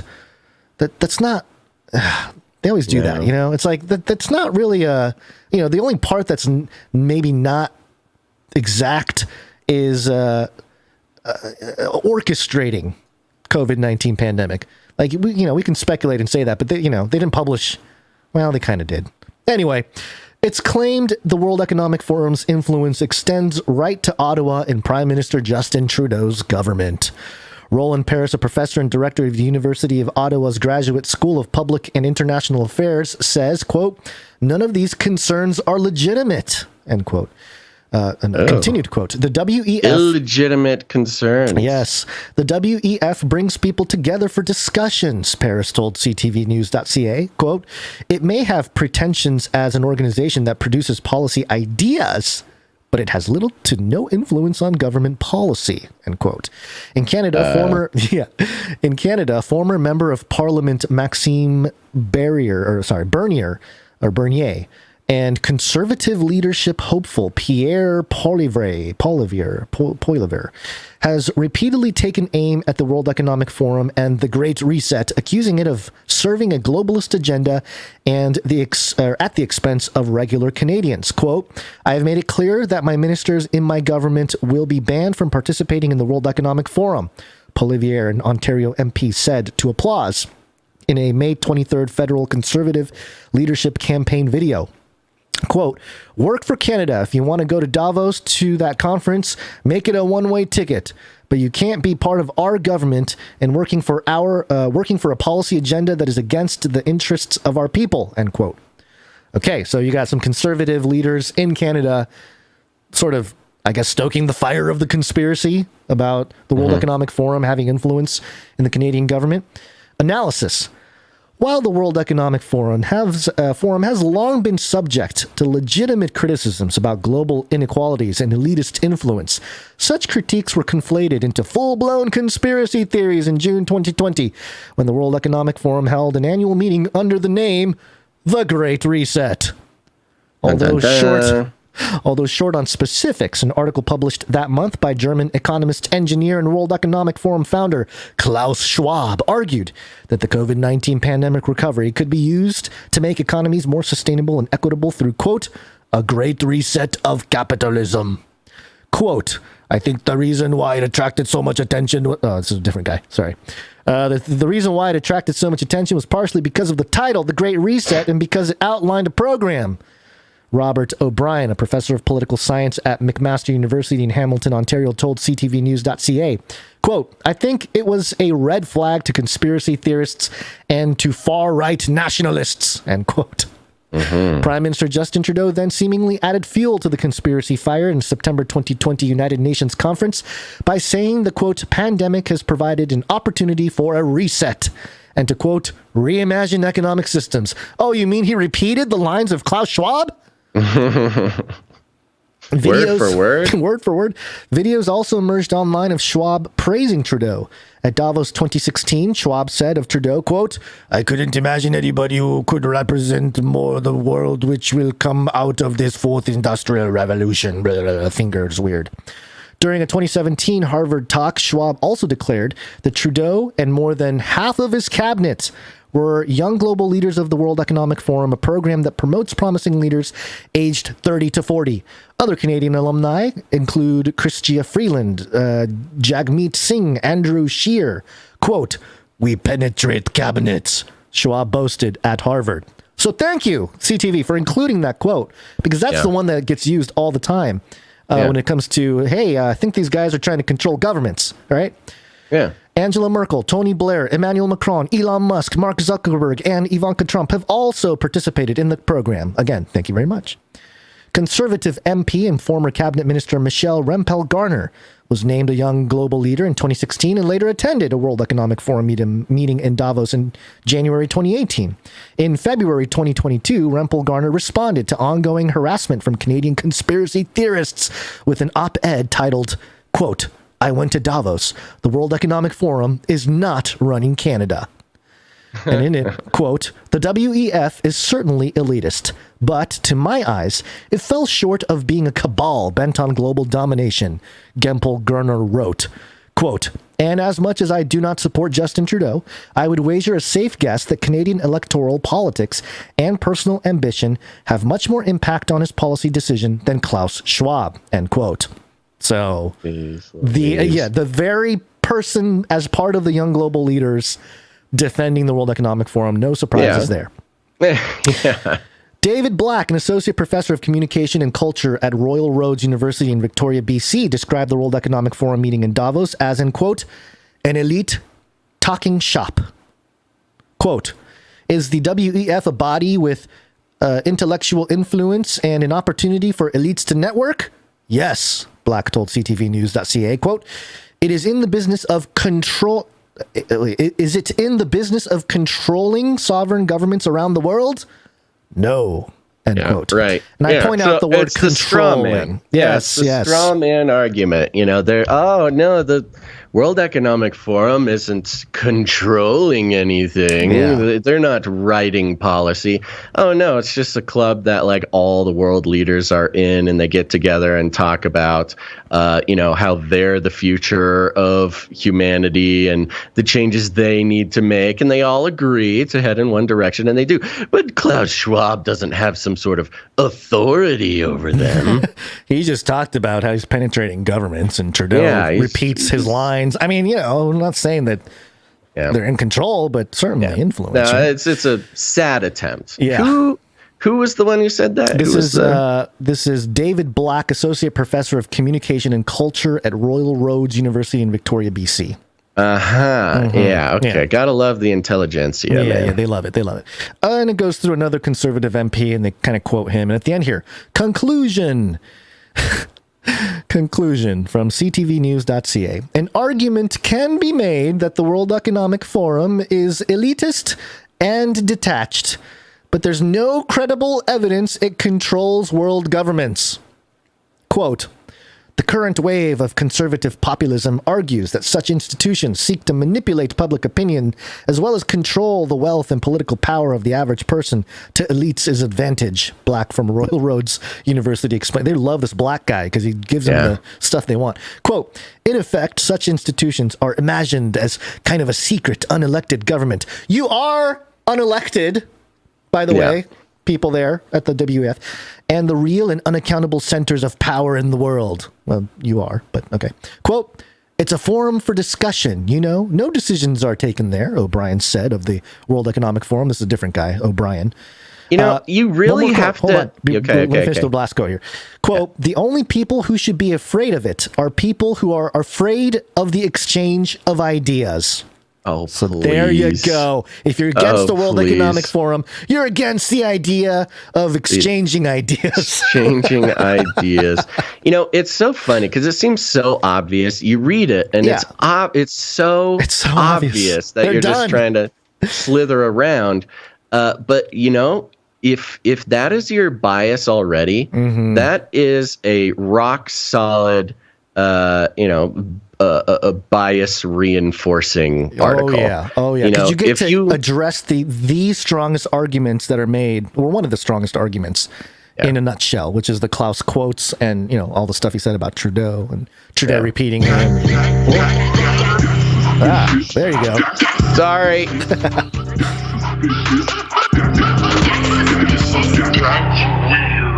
That actually was an accident, but it was, but it worked. I'm not sorry. It is. It is suspicious. The whole thing is suspicious. It works. I'm not mad. Okay. All right. Let's see here. I think it's about time to jump into our first break. Yeah, I was looking. Yeah, I was looking.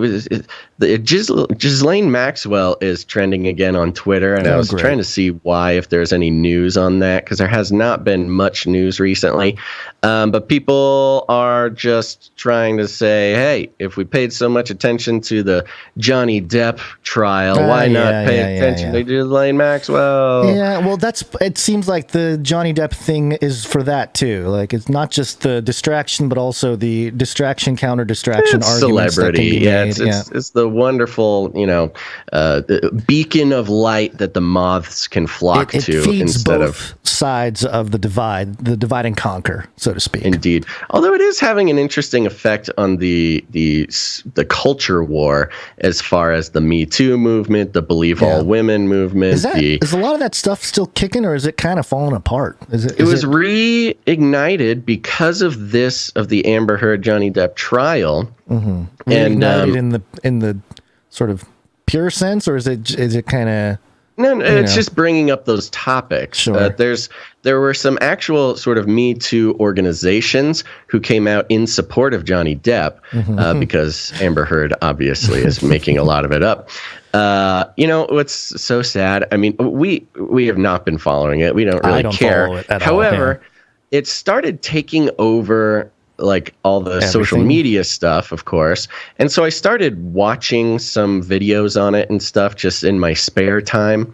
And it is really interesting, the effect that it's having on the culture war of the Me Too, believe all women type of thing. So the pendulum is swinging as far as that is going. There's some, I mentioned, the Me Too sort of organizations coming out and supporting Johnny Depp because there was, so it's not completely sort of sugary treat, celebrity focused nonsense stories, because there is, the culture pendulum is swinging back that other direction, similar to how we're seeing in a lot of different aspects of culture. So it's not for nothing. It was interesting, but watching all the videos, it is all just entertainment, but entertainment can have some effect on the thing. So speaking of which, let's take a little break and thank some producers. Here we go. It's break time! Come on, take a break. That's right, folks. We're going to take a quick break, but don't go anywhere, because after the break, we've got a bunch more stories. I mean, it doesn't look like we may not kick off YouTube today, huh? Are we not going to kick off YouTube? We usually do that at the end of this break. No, I know, but I'm looking at our stories after the break. We've got our Uvalde story. We've got some climate change stuff that looks pretty interesting, but I don't think it'll be anything that'll get us kicked off YouTube. So we might keep YouTube around this episode. We'll see. Yeah. But after the break, yes, we've got an interesting update and breakdown on the national discussion about the investigation into Uvalde, which is seriously out of control. It's just complete nonsense. So we're going to enjoy going through that a little bit. And then some big climate change stories that could be connected possibly to a lot of the other bigger stories going on around the world. And then, of course, for fun, we're going to be getting into the aliens in Antarctica. So stick around. But before that, we're going to thank... This is serious business, Basil. Yeah, but it's fun business. We are going to thank some of our producers. That's right. I said producers, folks. Who are they? Well, they're listeners just like you who get value out of this show and recognize that the value they receive can only continue if value is put back into the system. That's right. It's called the value for value model, folks. And it is, you may think that it is simply just us asking for money or asking for donations or whatever, sort of a half-hearted attempt at not getting in real business with corporations. If we were a real media property, we'd have contracts and advertisements and et cetera, et cetera. Well, no, there's very specific, very intentional, and actually very passionate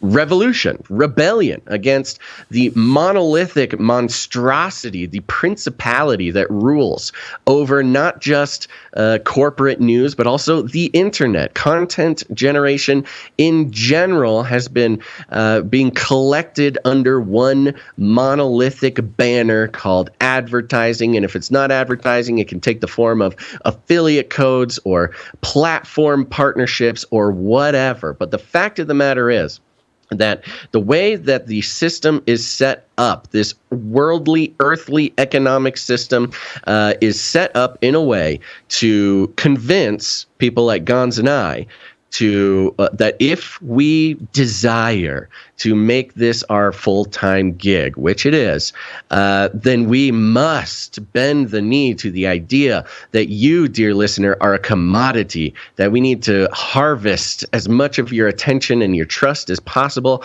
package it up, bundle it up, and sell it on sometimes literal auction type of economic setups. Auction off your attention and your psychological profile in order to fund the show. And it comes in simpler forms, such as advertising, where corporations, they purchase your attention from us as some sort of attention farmers, where we need to sell off your mind as some sort of commodity. Well, that doesn't sound right to us, and we don't like it at all. And it seems not only sort of against what's just cool. It doesn't seem like a cool way to regard your listeners as a commodity to sell off to corporations. But we believe it's actually spiritually harmful to us, to consider you that way, spiritually harmful to you to have your attention sold off by perhaps podcasters that you trust, if indeed you trust us, for our own personal gain, to use the time that I am using now, that hopefully is more than just babble to you. This is not just a sales pitch. This is some sort of weird sermon, I guess, that I'm trying to communicate. The fact that if your news analysis and deconstruction is taking money from corporations, what is the proto problem with news corporations is that they are wrapped up with corporate interests. And if we were wrapped up with corporate interests too, I believe that we would basically be useless. I would feel useless if that were the case. So instead, we're on the value for value model, where we don't let corporations decide the value of the show. Instead, we let you, the listeners, the producers, to decide the value of the show. That is the power that you have, and it is power that you can choose to wield or not wield. But just know, not wielding that power is as good as wielding it. And for those who get value out of what we do, you have the opportunity to join the revolution, the rebellion, the spiritual battle of putting value back into this show, because it's the only way that we can keep going. Before you move on, I just want to say that we still get emails from some groups and stuff, and people trying to recruit us onto their networks or something. Every week. I won't mention who this is or who this is from, but I'll read just a sentence from the email we got. They're kind of asking, pitching to us to join their network or whatever. So they're like an all-in-one podcast platform with a mission to help independent creators get heard and paid. And it says, we built an ad marketplace with unique dynamic insertion technology, parentheses, shout out to our ex-Uber founders, that automates the brand deal process from end to end while keeping the creator in complete control of their content. So even, they're trying. We can automate the advertising process so we can have artificial intelligence get involved with selling off your brain. That sounds cool too. And listen to the pitch. The pitch is, hey, independent creator, do you want to make money with your podcast? Well, sell your soul to the sell your soul and the souls of your listeners to the artificially intelligent corporate interest machine. And, you can be independent. No, you can't. It's just literally right there. I like how they're all using ex-Uber founder dynamic insertion technology. Yeah, dynamic insertion. Yeah, that's what I want. Give me some dynamic insertion, you sickos. So that's what we're not doing. That is what we're not doing. And, again, unfortunately, look how sort of attractive that could be if we hadn't done this, if we hadn't been doing this for 10 years, if we weren't a decade in and kind of had, thankfully, like the experience. We're young guys. When you're young like us, you really don't have 10 years experience doing almost anything.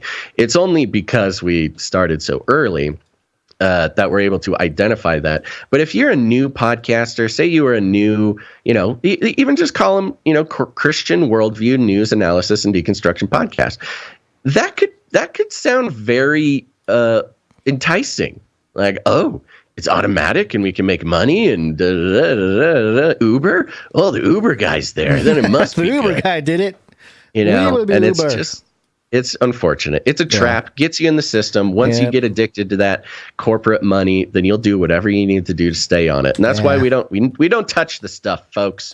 Anyways, that's a long ramble, but I hope it means something to you, because it means something to us. And the people who come in and support the show, you can do it a couple different ways. Patreon.com/CCNT or CanaryCry.Radio.com/support. CanaryCry.Radio.com/support. And the people who do that, they're called producers because that's what they are. It's not a gimmick. It's not a cute name. It's nothing like that. You're literally a producer of the show. You can put it on your resume. You can put it on your LinkedIn. You can use it as use us as a, what is it called? Reference. It's been so long since I've got a real job. I forgot what it was called.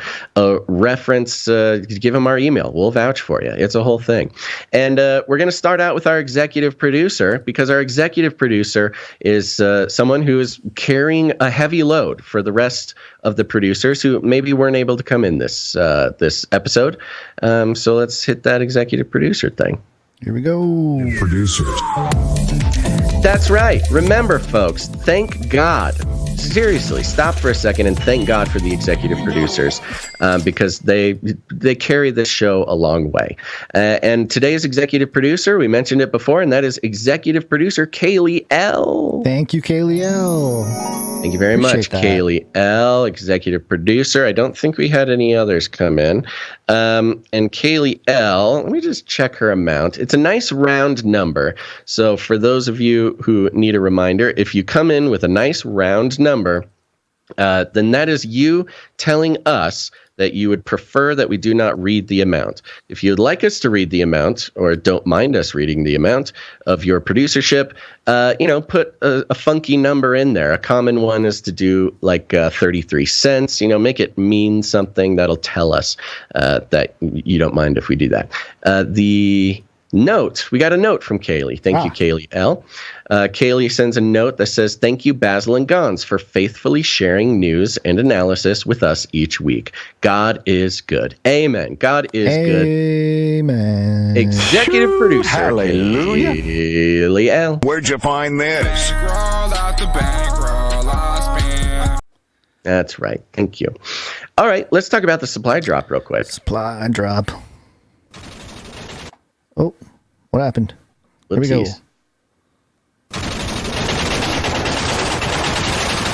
Supply drop. That's right. CanaryCry.Supply.com. You can go there to CanaryCry.Supply.com and you can sign up for $33.33 a month. Now, that is value for value support. You are simply supporting the show for $33.33 a month. That's $2.77 per episode, folks. So that's a pretty good deal. And when you do that, we put you on a list. We put you on a good list, not a bad list. You're put on a good list where you receive for free the Canary Cry Supply Drop, which once every quarter, that's 4 times a year, we send you out a package chock-a-block full with custom, awesome, producer-created, artist-designed, American-made Canary Cry News Talk swag, and it's awesome. It's over. With the due is past. The past is due. The deadline was yesterday, and thank you for everybody who came in. This supply drop will be going out. Manufacturing starts today.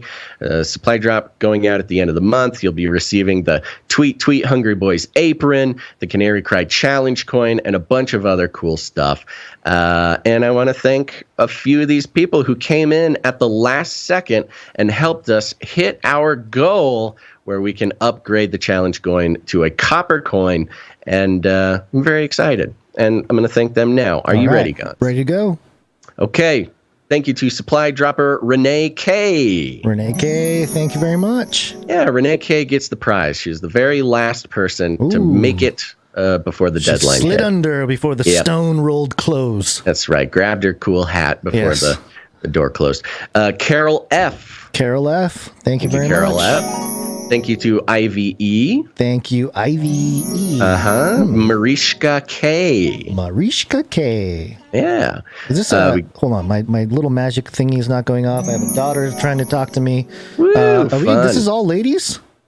So far. This is all ladies. Wow, okay. Keep going. Actually, yeah, they are all ladies. I believe this next one, Chris R., I believe also is a lady, although thank you, Chris not R. quite sure. 100% sure. Chris with a K, so more likely. Well, okay, maybe. Yeah, I know a Chris with a K is, man, but it doesn't matter.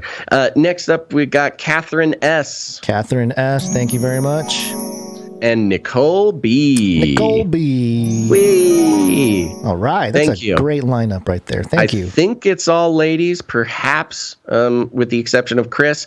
But thank you, ladies, for all coming in and joining the supply drop. So there you go. You can head on over to Canary. It's not too late to sign up just in general. If you're interested in the supply drop, go sign up now at CanaryCry.Supply.com. Waiting for the supply drop. Waiting for supply drop.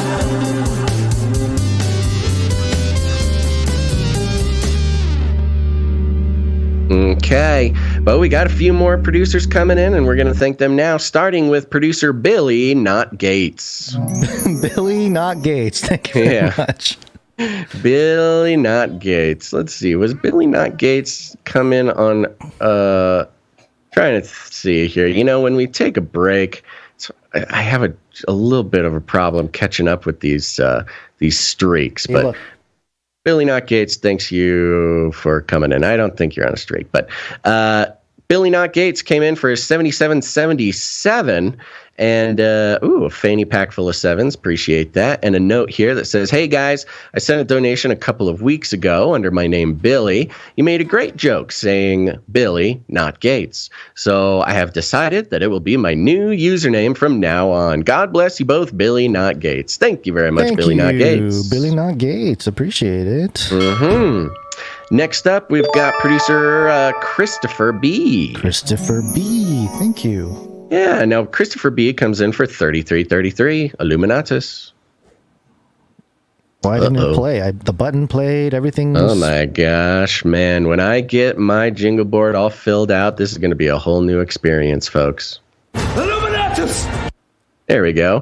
3333 plus fees. Now, Christopher B came in and said, forgive me, bird boys, for I have sinned. I let my card expire on ye old PayPal. My bad. Here is May's supply drop offering to catch up. Don't want to miss out on that apron. Thanks for everything. Thank you very much, Christopher B. Thank you. What an integrous individual there. Yes, I would recommend. I sent out some emails, not to all of them, but there are a handful of supply droppers who their subscription is having trouble. The transaction is having trouble going through. That's usually because a card, is lost or gets expired or something. I'd recommend to everybody, whether if you're on a monthly plan, either through our PayPal or through Patreon, please go check your card, especially on, well, both of them. They won't tell you if your card expired. It'll just stop going through. And we're pretty cool when it comes to that. But there will be a limit if it stops going through, we'll need to kick you off a supply drop list or something. But we're pretty cool with that. So Christopher B, thank you very much for making up for your May missed transaction. Oh my gosh. Oh. You okay? Yeah. Stuff's falling apart over here. Next up, we got Martine's Tea. Martines. Yeah. And I'm sorry, forgive me, Martines, but you're either Lithuanian or Latvian. I forgot which one. I think it's Latvian. Or Lithuanian. No, it's Latvian, I believe. Yes. Thank you, Martines. Our Latvian producer comes in for 3333. Illuminatus! Yep. Thank you very much. Thank you very much. I didn't see a note. Next up, we have producer Julie S. Thank you, Julie S. Good to see you. Yeah. Julie S. comes in with a nice round number. Thank you, Julie S. Thank you. Next up, we got Darren S. Darren S. Thank you. Darren S. also comes in with a nice round number and a note that says, I've been listening since early CCR and Joyspiracy. And over the weekend, I listened to all of the Ravel podcasts. Ooh, that's impressive. There's 40 episodes out. To listen to all of them in 2 days is pretty impressive. That is, like 50 hours of listening in over a weekend. Oh my gosh. People binge these days, man. It's all about the binge. Binging. Yeah. I've been listening since early CCR and Joyspiracy, and over the weekend I listened to all of the Ravel podcasts. I really enjoyed them, especially the Mother's Day episode. Thank you for all your hard work. # need more Basil ASMR. LOL. Darren. Don't tempt me, Darren, because I have threatened to do an entire new ASMR podcast. I also have a sleep cast that I want to create, but I need a producer to do some of the editing for me. So if you want to become a producer of a Basil's sleep cast, send us an email. The Mother's Day episode of Ravel is very special to me, so thank you very much, Darren. For those who haven't listened, me and Dr. Chris, we interview our mothers, and so you can hear me talk to Mama Basil. That was my Mother's Day gift to her and her gift to everyone. So if you want to hear from Mama Basil and hear some stories from my childhood and hear me and my mother work through some things... Go listen to, it's called Our Mothers on the Ravel podcast. Thank you, Darren S. Thank you very much. Next up, we have producer Alana L. Alana L, thank you. Yeah. Alana L came in for 11 and 11 on a recurring basis. 11, oh my gosh. Here we go. 11. Thank you. Man. Thank you very much, Alana L. Thank you, Alana Next up, we've got producer Morv. Morv is on a 97 episode streak.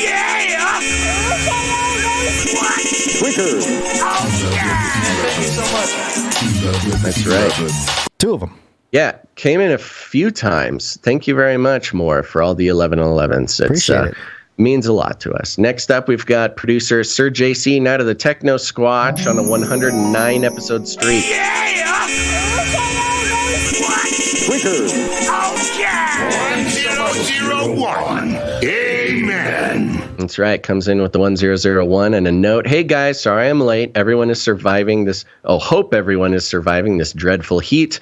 It is Wednesday, my dudes. It is Wednesday, my dudes. It is Wednesday, my dudes.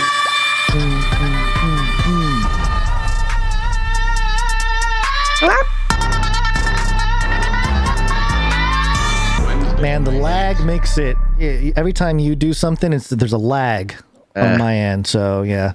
You mean every time I do something? Because I'm hearing things. If I play something, I'm hearing it in real time, and that's how it's going out. Skype lag. And the Skype lag. So when you do something, it's always like a beat late, which is well, not conducive to me setting this jingle board up is really going to up the production value, and I'm enjoying when it comes to our additional noises that we make over the jingles. Yeah. Next up, we've got. Oh, that's what you mean. Okay. Yes. Yeah. Next up, we've got LX Protocol V2, the producer bot, coming in 38 episodes in a row. There you go. That's a streak. Thank you, LX Protocol. Pocket full of sevens and fees. All right. Then we had a producer, an anonymous crypto producer. Yes. Is this a crypto?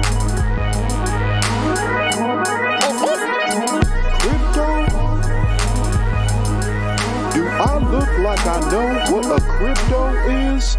That's right. Came in for 34,203 Satoshis. Thank you very much. There you go. Somewhere around $7, I believe. We're bouncing. We're bouncing, but it's a bull trap. It's going back down to that 200 SMA. Oh, finance bro Gonz is having a ball. Next up, we've got one of the Streak sisters, Gail M, on a 127 episode streak. Woo! Oh, where's my...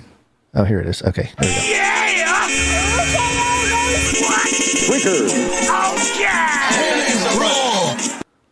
Women rule. Thank you, Gail M777. And a note, hola mi chicos dolce. I got multiple nominations for Sci-Me and Will to Box. Yippee! Email me.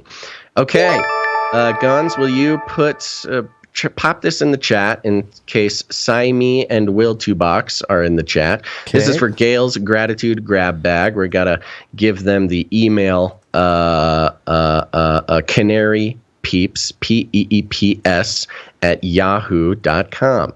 CanaryPeeps at yahoo.com. Sign me, Will to Box. You have been nominated and chosen to receive a gift from the Gale's Gratitude Grab Bag. It's very exciting. I've seen some of these gifts. They are fun and memorable, and a wonderful token for being a wonderful part of the community. Sign me and Will to Box. All Send right. an email to CanaryPeeps canarypeeps@yahoo.com. Next up, we got Mr. Jag. Mr. Jag. Mr. Jag came in with through the LINKTREE, and he's in another country, so I think the fees were a little funky, but I'm going to give him credit for a pocket full of sevens. Okay. And in note, that says, demooch me, please, Mr. Jag.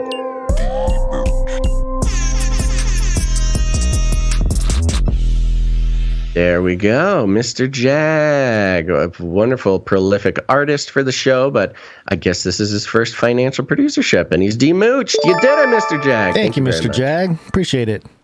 Yeah, next up, we've got William F. coming in with a pocket full of sevens. Thank you, William F. And he reminded me that we have a daming in the wings, and I went looking around to see if we had ever gotten the name for this dame, and I could not find it. So I sent an email out. As soon as we get that name, we will do the dame, William F. But thank you for the reminder. We'll do the dame. He also says, "Love you guys. Keep doing what God put you on this earth to do." Thank you very much. Thank you. We will. Next up, we got Puddin22 with a pocket full of sevens. It's our cat producer. Cat producer, yes, our feline producer. Checking on the streaks. I don't think so. Thank you, Puddin22. Pocket full of sevens. Send a note. Greetings, Basil and Gonz. So glad you're both on the mend. Yes, me too. My human is going camping this weekend. This leaving me to my own devices and catting around like the dancing kitty on the WMD jingle. It is Wednesday, my dudes.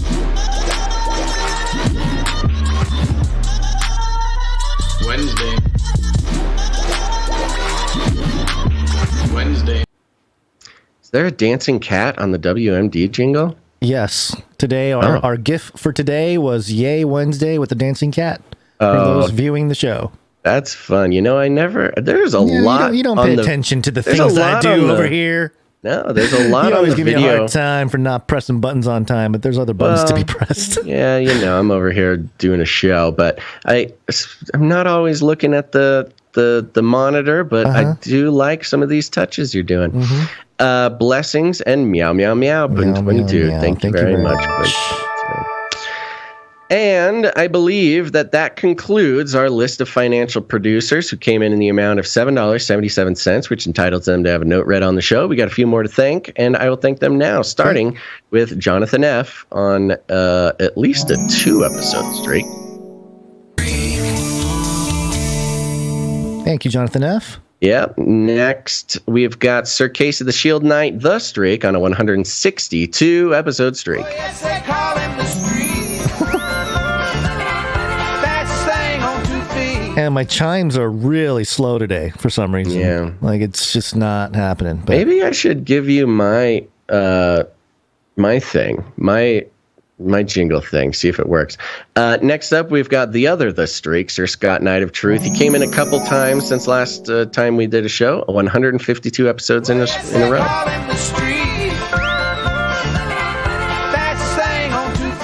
Best thing on 2 feet. Amen.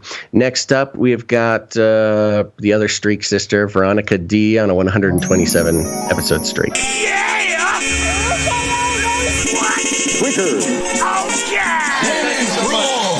Okay. Next up, we got Jackie U on a 67-episode streak.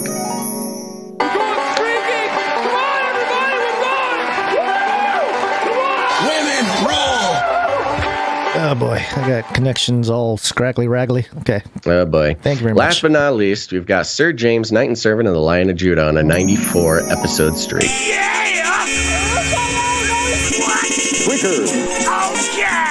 you so much. Thank you very much. You know, it's like when I don't come in here for a few days, it's like the Nephilim hamsters get in here and start moving cables around and chewing on cables and stuff. Like all kinds of stuff out of place. But anyway, thank you very much to all the producers who came in. That's very much right. Appreciated. Thank you for your patronage.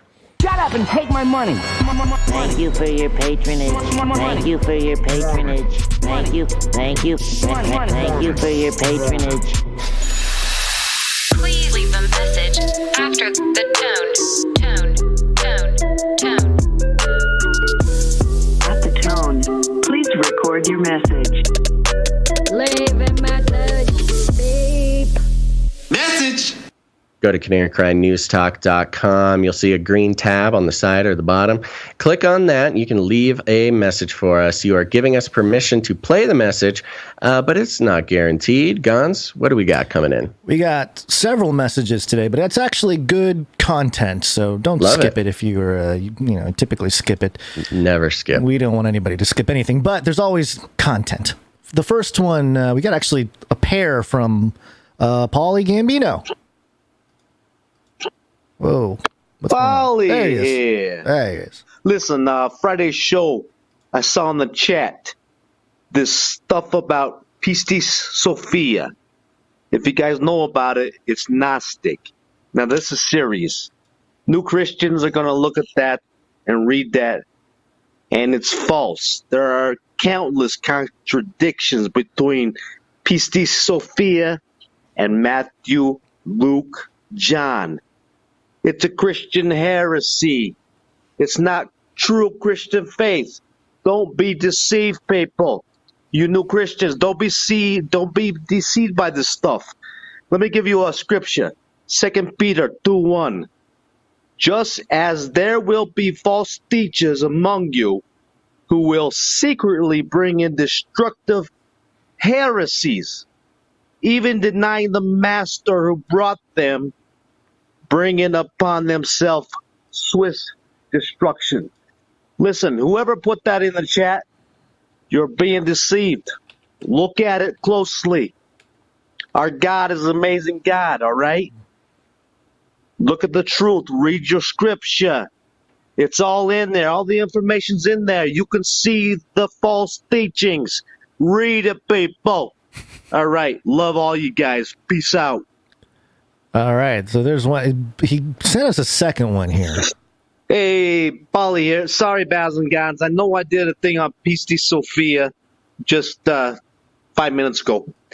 But I don't want to name the person because they might be a new Christian. They don't understand what's going on because this stuff is heresy. They might have a good heart and want to know Jesus Christ. But these false teachings are getting into our society, and I pray against it. I pray that the scales be lifted from their eyes, and they see the truth of the Scripture. Our God is powerful. The Holy Spirit, I just pray, gets in there and brings people to them that have the truth of the Word and can help them see what the truth is. We're in a war, people. A spiritual war. We don't see it. And the churches need to talk more about that stuff. All right? Let's stick together. Let's fight this. He's going to lose. The devil's going to lose. Bada bing, bada boom. Love y'all. There you go. Thank you very much, Okay, Paulie. wow, he's spitting knowledge. Thank you very much, Paulie. Yeah, and I didn't see anything in the chat about Pistis Sophia, but yeah, it's definitely some Gnostic stuff here. Yeah, so good job calling that stuff out there, Paulie. Thank you very much. All right, we got a report, a boots on the ground report. This is our CCR special Boots on the Ground report. Now, let's go live. All right, everybody. We are reporting for Canary Cry News Talk here at the East Austin Whole Foods location. We are here standing in front of the monolithic Costa Coffee, which has been covered on Canary Cry News Talk in the past. It is a big monstrosity, blasphemous robo coffee machine.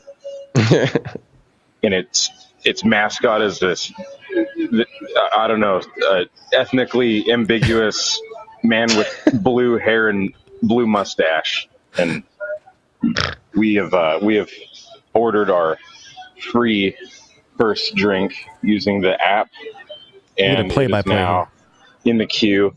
There is cups.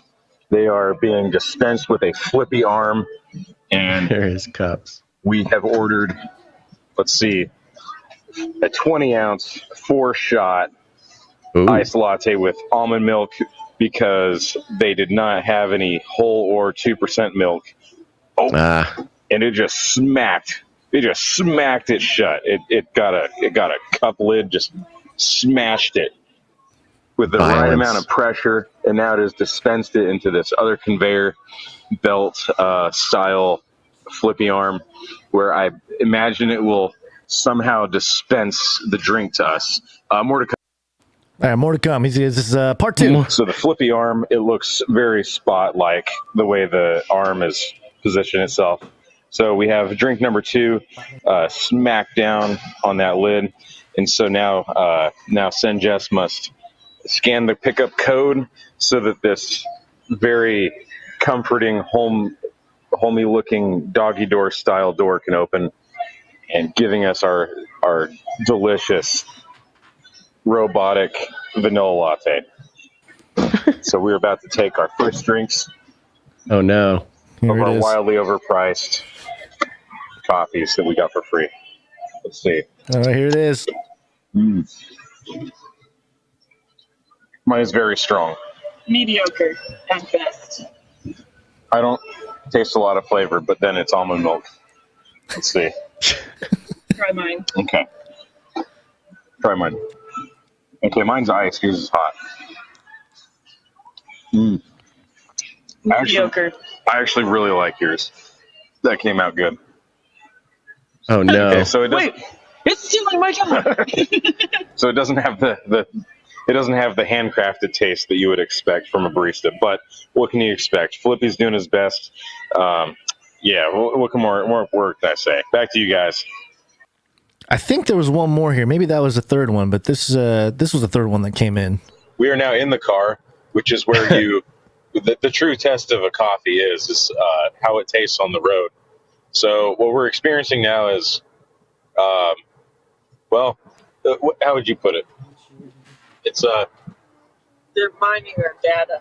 Well, there's that. So they ask you to give them a bunch of data, like once you leave, and then so you have to give them a review, give them feedback on the coffee. And so what we sort of decided was it gets a strong 2.5 as far as the coffee goes. The experience is dystopic, so that obviously affects the score a little bit, and the fact that it's stealing our jobs. There's an element of it's okay, right? If I got this at a coffee shop, I would not be angry, and I would not be like really all that enthused, but I would be okay to say that I'd be happy. Yeah, it's drinkable. It's just not what you would hope for going into a craft beverage A service location.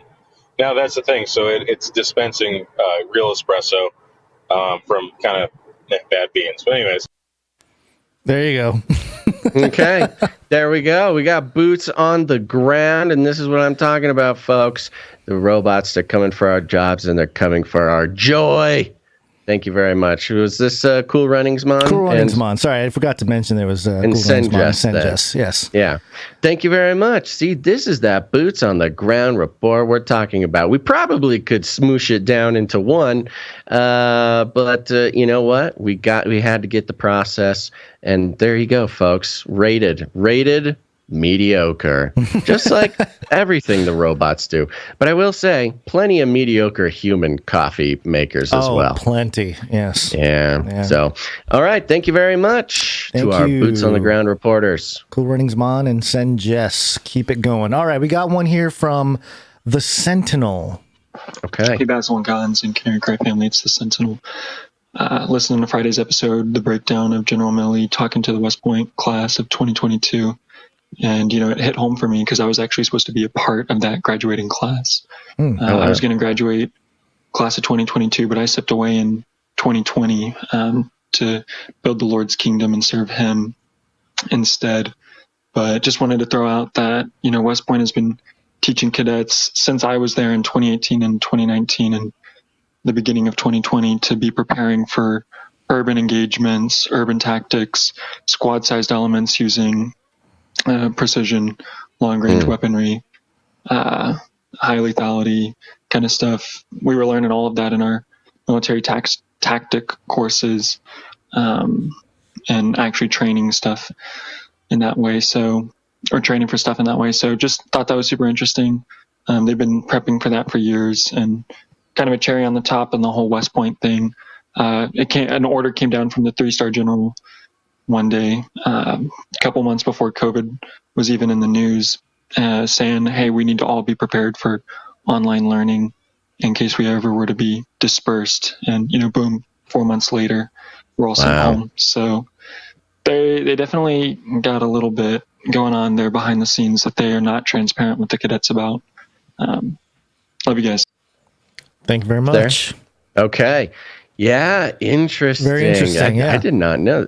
The Sentinel was going to West Point. He stopped going to West Point in 2020, but had gotten the same training that Millie was talking about. And even they got the notice to get ready for online learning 4 months before COVID hit. That's pretty incredible. Yeah. It's not a surprise. Not quite a surprise. I'm sure a lot of people, that age range going through stuff, they're seeing it, but I don't know that they always have an outlet to help them understand it or help them process what's happening. But looks like the Sentinel's right on it there. But interesting. Thank you very much for that. And thank you for following the Lord's calling, because sometimes that's not easy when it comes to life decisions like that. So, all right. Indeed. Thank you, Sentinel. We got one from Jamie here. Hey, what's up, Basil and Gonz? My name is Jamie. I live out in the deep woods of Montana with my husband and my 3 kids. We're doing a little pseudo homesteading, off-grid type of living ever since the world went to pot. So that's been great. It's been about 2 years that we've been doing that. I got to know you guys through the Truth is Stranger Than Fiction in 2017, when I came into the solid understanding that the Earth is not a globe flying through infinite space. So I don't like to use the word flat earther because it's kind of a trigger for people, but I am indeed a level and stationary earther. So Will Goodman is the one that I was listening to, and he promoted you or gave a shout out to you guys or something. And so I just want to say I love you guys. I love what you're doing. I really appreciate it. Gonzo, I super love you, but Basil, you are my jam. And I love your sense of humor. I love your guys' banter back and forth. I love what you bring to the table, and I just don't miss an episode. So thanks, you guys. Yeah, thanks very much, Jamie. That was Jamie, right? That was Jamie, yes. All right. Well, so you're my jam too, Jamie. You guys are doing the off-grid thing. I love it. We had The Truth is Stranger Than Fiction on Canary Cry Radio, episode number 133. On September 11th of 2018. So maybe that was around the time. But also, possibly. Since you're the jam for Jamie, perhaps I am the peanut butter. Oh, yeah. Yeah. There you go. There you go. See, she didn't even realize, but now she knows. Can't have jam by itself. You need the peanut butter. That's true. Okay, thank you very much for that, Jamie. Appreciate it. And we got one more from Rochelle. Happy Wednesday. I caught Basil's bug, and I wasn't going to leave a message, but I was so inspired by both of you on Friday's show that I just have to strive to be upbeat.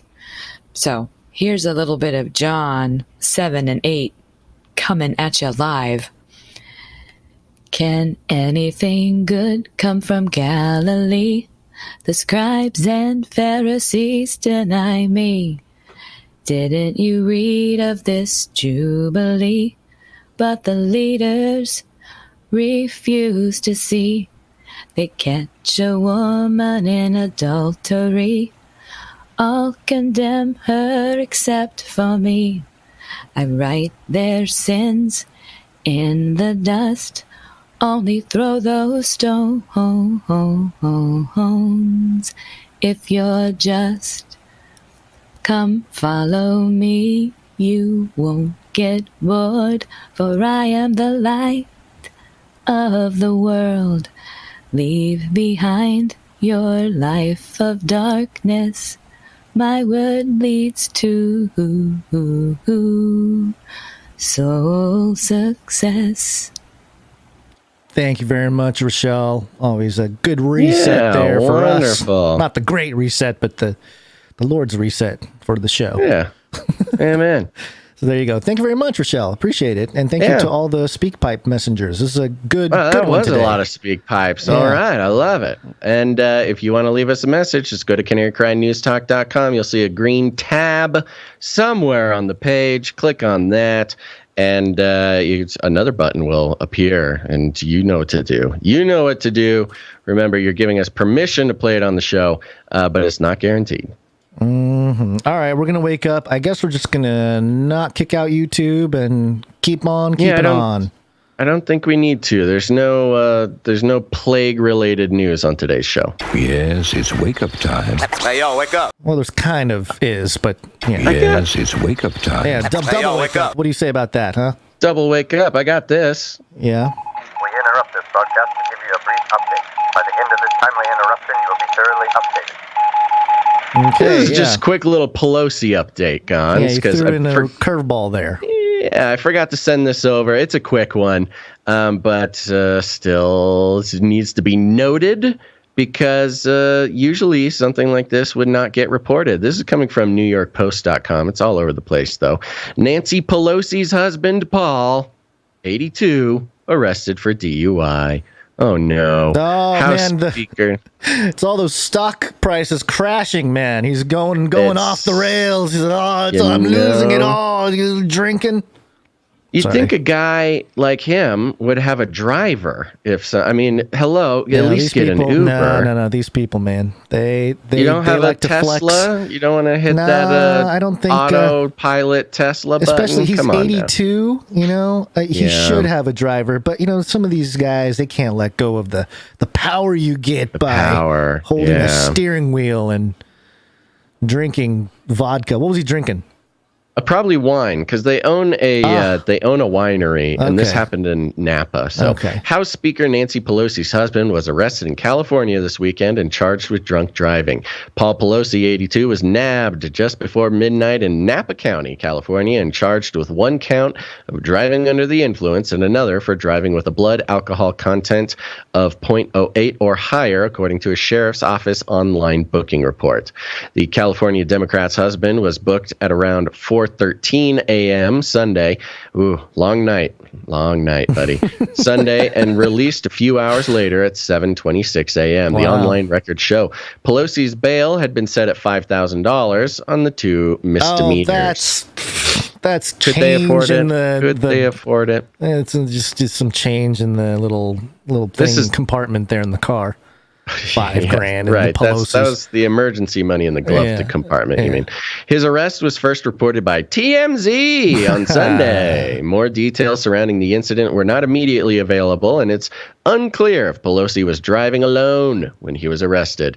The Napa, California Police Department told the Post it was not involved in the arrest. The Napa County Sheriff's Office did not immediately return a request for comment. Drew Hamill, spokesperson for Speaker Nancy Pelosi, said that, quote, the Speaker will not be commenting on this private matter, which occurred while she was on the East Coast. I had nothing to do with it.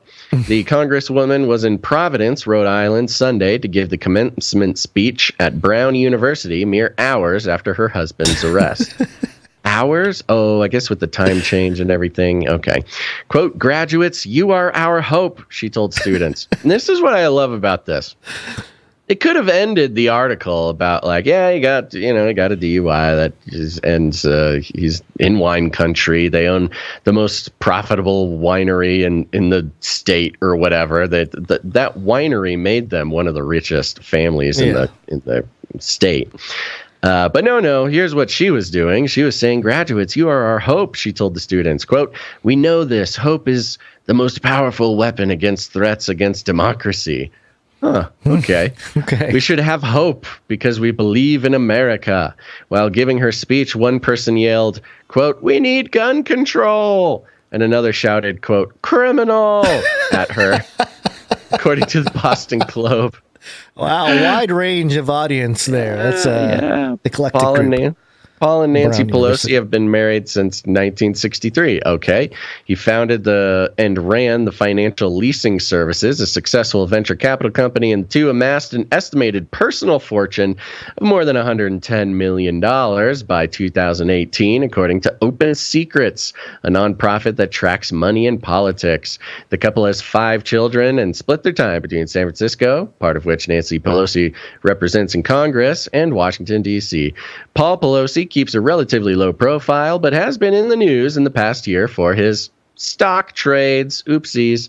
In March, he bought $2.2 million in Tesla stock, as some in Congress proposed banning lawmakers and their spouses from stock trading.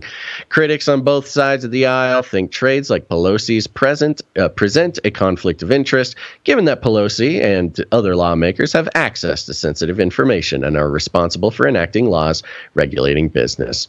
So, and this is the funny part. This is kind of why I wanted to bring this, is not because he got a DUI. People make bad choices. It's unfortunate. And as long as nobody got hurt or whatever, then it's just another rich guy getting a DUI, really.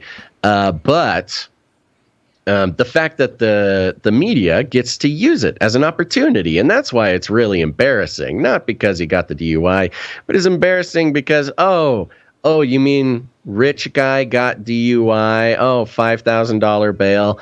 Oh, wait. Oh, this is the guy who's involved in like insider trading and is using his wife's position to sort of vampirically leech wealth from the rest of the country. Oh, yeah. Oh, it's the skeletons are coming out, Basil. Did you hear about this one here? This is dailymail.co.uk exclusive. Pelosi's multi-millionaire husband, Paul, killed his 19-year-old brother when he lost control and flipped his sports car in early morning joyride when he was 16 years old, 65 years before this weekend's arrest for drunk driving crash. Oh, so this DUI kind of opens up the conversation for all sorts of skeletons. Skeletons in the closet. Oh, wow. He was 16 and was in a car crash with his brother. Killed his older brother. That is horrible. That's in horrific. the early morning. Yeah, I know. I wonder if the DUI, if there was some alcohol involved in that as well. That is a horrible story. But is Nancy? We asked each other this question earlier. Is Nancy up for re-election in this midterm? Oh, we didn't check. I guess that's a pretty easy one to check here. I'll check it out. Okay. While we do that, what do you think? Should we keep moving? Let's just keep moving because this was a curveball, and I'm really limited on time today. And I know we're let's keep moving. Trying let's to be go. sensitive on time, but right. We got a bunch of gun control stuff. You want to get into some of that? Yeah. Gun violence is an epidemic. Are you proposing taking away their guns?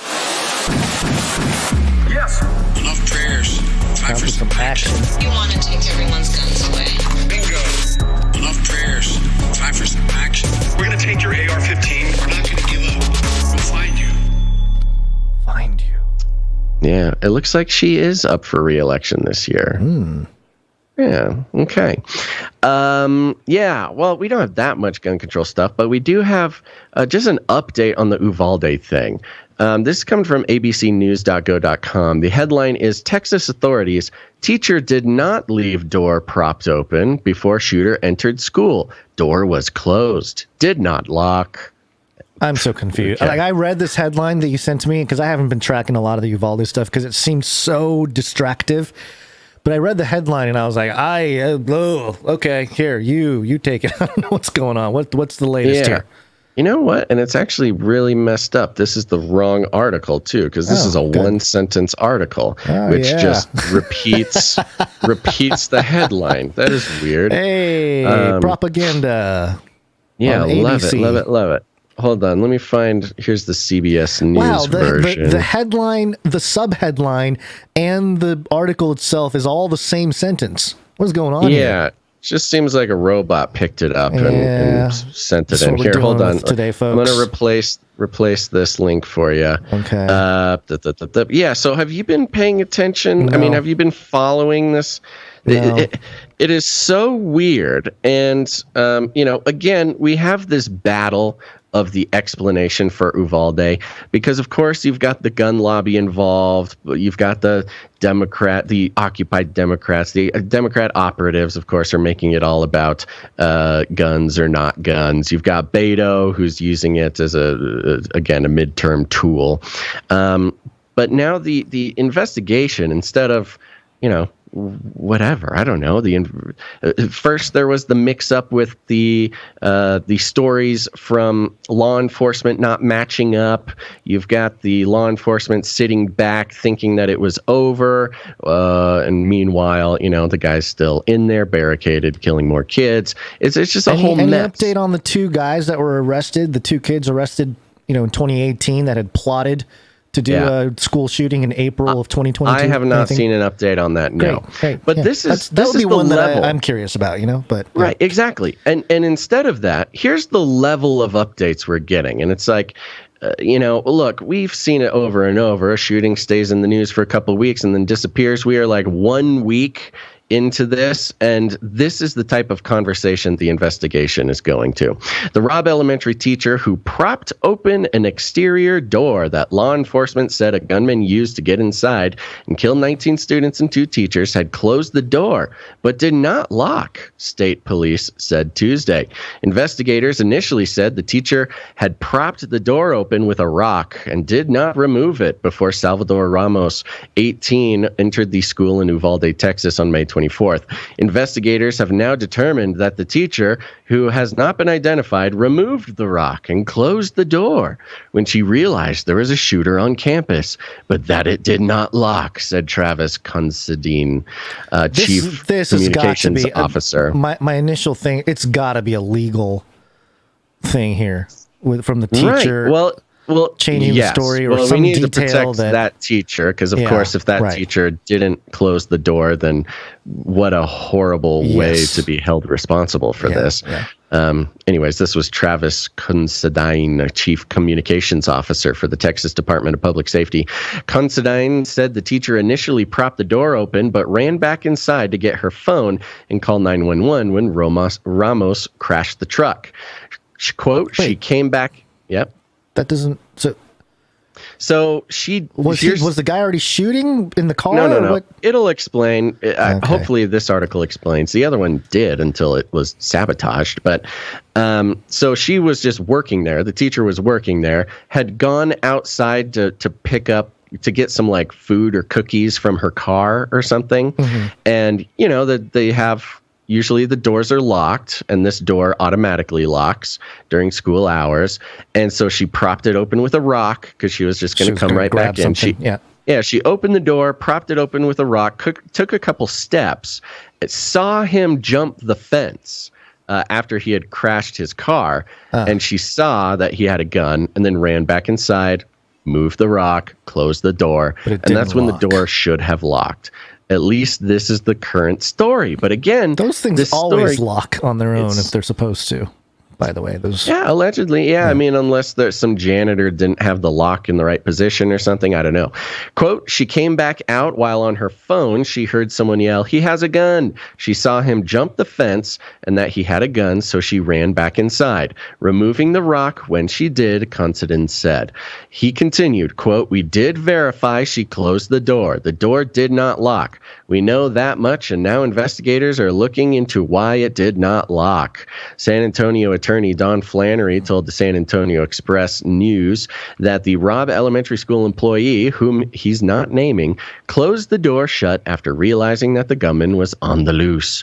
Quote, she saw the wreck. Flannery told the newspaper, quote, she ran back inside to get her phone to report the accident. She came back out while on the phone with 911.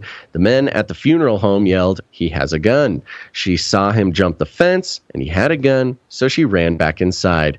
Quote, she kicked the rock away, and when she went back in, she remembers pulling the door closed while telling 911 that he was shooting. She thought the door would lock because the door is always supposed to lock.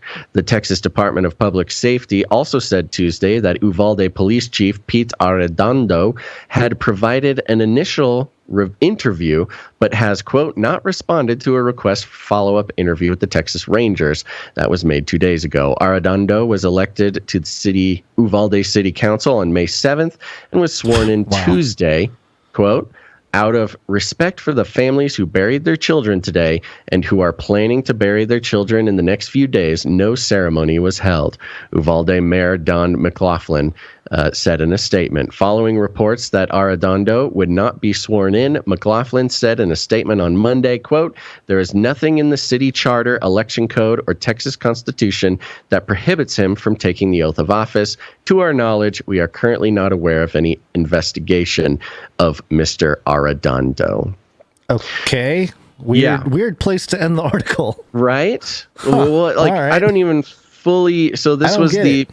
So the problem is that this Chief Pete Arredondo fella was the guy who was in charge of, or one of the fellas in charge of the police during the shooting. And, you know, of course, we know that the police, according to evidence and videos and witness testimony, the police were told to stand down and not go in and not do not go after the guy. In fact, when parents were going to take matters into their own hands, they got tased and arrested, and it was a whole thing. And so they kind of just stood around while the shooting was happening inside. And this Pete Arredondo fella was chief of police at the time. And but on the day, Tuesday, let's see here, it was the city council in May and was sworn in Tuesday.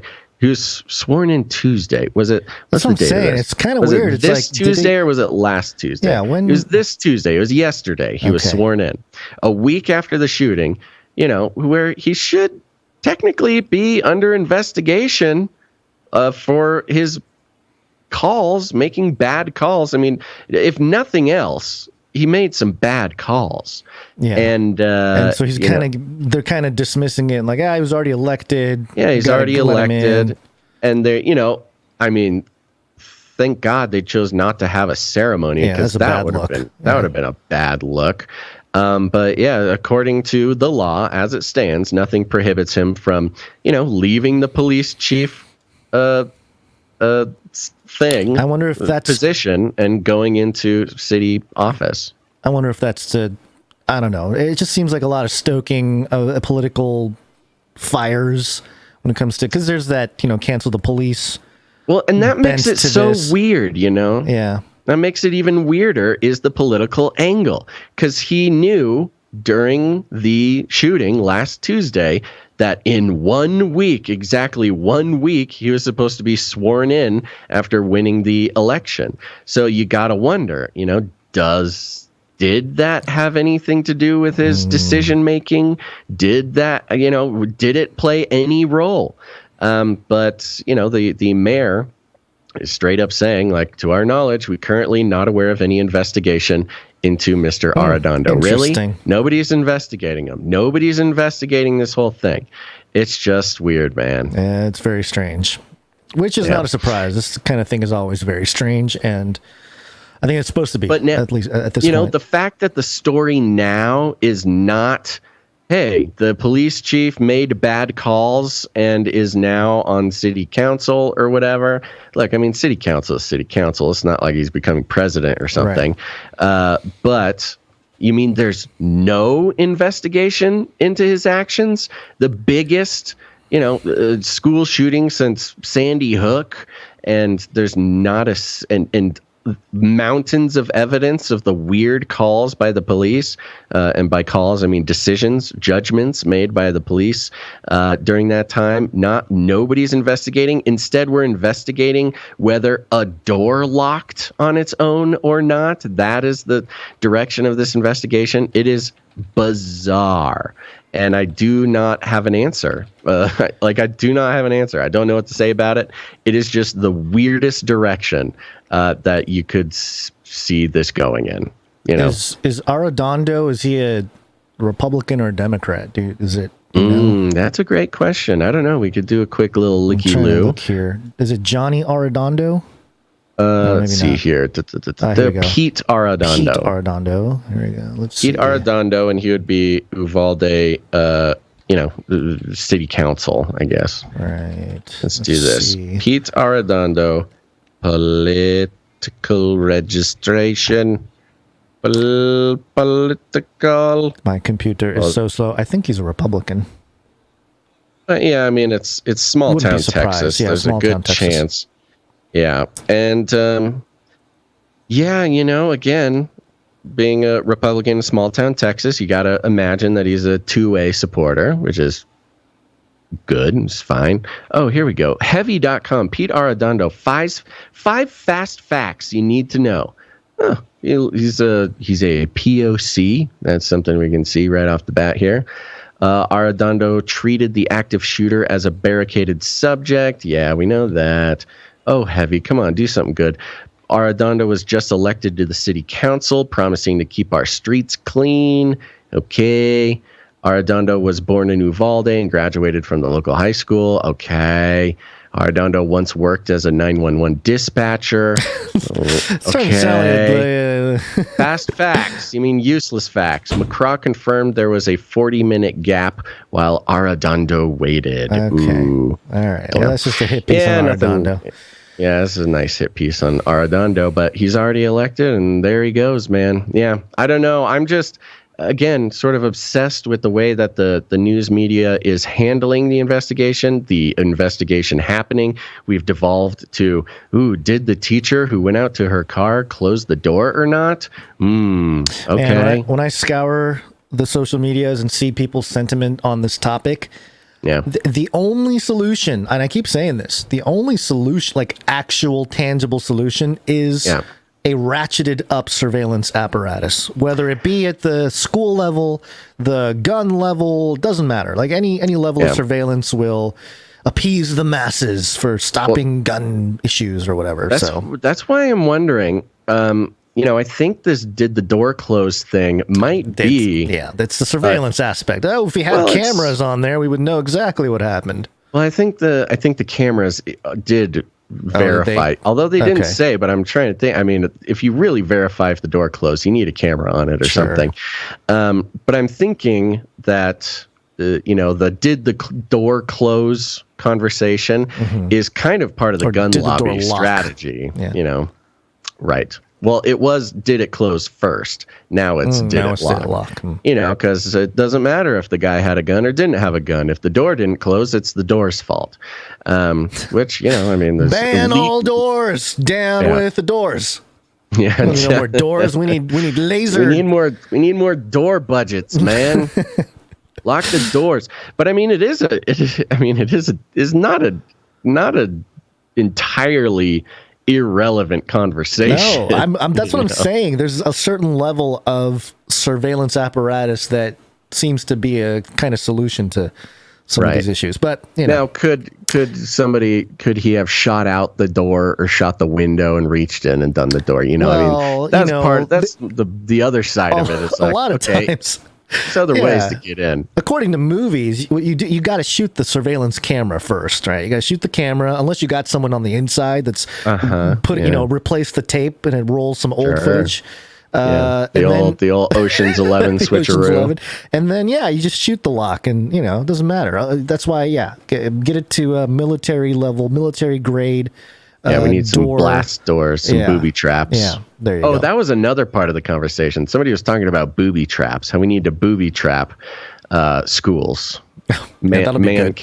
Every other day, they're bringing down kids that are hanging from their feet, caught in the rope. Ridiculous. It's like a net that you step on it and the net swoops you up like in Hook. Yeah. All right, what do you got? We got some. Well, that's not going to kill us. Something else will.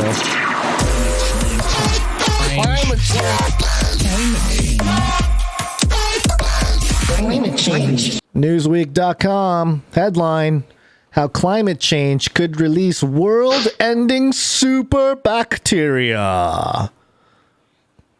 No, nothing. Doesn't. No. Doesn't sounds good, man. Yeah, I mean, climate change is going to kill us in all sorts of ways. Of course, it's releasing super plague. Well, this is in reference to the story from Antarctica. This is how Newsweek decided to headline this. So we actually covered this already, but I thought it was interesting to revisit it a little bit from the Newsweek angle here. And we'll read a little bit, and then I'll kind of go on a rant. Strains of a superpower bacteria that could cause the world's next deadly pandemic have been discovered by scientists in Antarctica. What did we say, Basil? We said they're going to do this, and there they are. They're literally laying out the agenda now for the next deadly pandemic being discovered in Antarctica. We couldn't make it up, man. This is just ridiculous. Researchers People think we are making it up. People think when we do our Antarctica, things that we're just messing around. We're having fun. Yeah. But very few of our Antarctica points and or predictions have not come true. Yeah, we were laughing, but we're also sweating. You can't tell the sweat coming off our palms. Researchers found that the bacteria have a built-in resistance to antibiotics that could make current treatments useless. Oh no! The Chilean researchers made the discovery during research into how climate change could affect the spread of bacteria that has been frozen ice for thousands of years. And that's the other theme that we keep seeing over and over again recently. Oh, we want to... a Harvard professor says he wants to retrieve alien technology from the middle of the Pacific Ocean. Oh, we're going to release superpower bacteria. It's going to cause the next pandemic. And, just to keep on with the theme here, the other story to go along with this is from Times of Israel. And the headline here, U.S. scientists to open crystals that may hold 830 million year old living organisms. Okay. Yeah. That is old. Yeah, super old, man. That's an old dude. So we got the bacteria, we got old organisms coming back to life. What are they doing? Crystals. American scientists plan to crack open a salt crystal with liquid inside that may contain still living microorganisms from 830 million years ago in research that could provide insight into life on other planets and or release some sort of mummy's curse to kill all life. Yeah, this sounds like a bad idea. Yeah, the salt crystals called halite hold liquid from when the mineral originally formed, and scientists observed shapes inside that appear to be microorganisms. The researchers used imaging techniques to peer into the liquid and saw what appeared to be organic solids and liquids.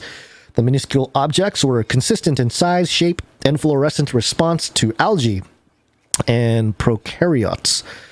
Simple single-celled organisms, the researchers said. The trapped liquids, quote, serve as microhabitats for trapped microorganisms, allowing exceptional preservation of organic matter over long periods of geological time. The researchers wrote in a paper published earlier this month. They could still be surviving within that 830 million year old preserved micro... I lost the page here. Microhabitats. Yeah, the microhabitat. Yeah. My browser went haywire here. Okay. And it just connects it to research on Mars and planet. Why is it that for the skeptics, right? The whole space skeptics, planets out there that are inhabitable type of thing. They do an awful lot of, hey, we're researching our own stuff here to tell us more about those really far away rocks that we're going to fly to because of Elon. Right. The things happening here happened at other places, you mean? Yeah, it's a very convenient sort of continuous tread of just trying to do anything here or discover things here or something and just relate it to some kind of outer space life, which I find very fascinating. Part of me wonders, though, I wonder if these stories about scientists setting free deadly bacteria from a salt crystal, or, the climate change, setting free deadly bacteria from Antarctican soil. It serves as a very useful sort of foil or distraction from, we created this one in a lab, or... That's true. Escaped. So, if you're going to have a scapegoat, it's, you don't want climate change. Yeah. You got climate change as your ultimate scapegoat. And then it's not the scientists. They're just trying to, they're the watchmen, they're the watchmen of this destruction, they're the priests. Apocalypse. Or Yeah. the priests, they could never do anything wrong. Right. So very interesting. Just a theme that keeps popping up is, we're just opening up old stuff. Love it. And remember the mummy? Us. Remember the mummy that they opened up? Brendan Fraser?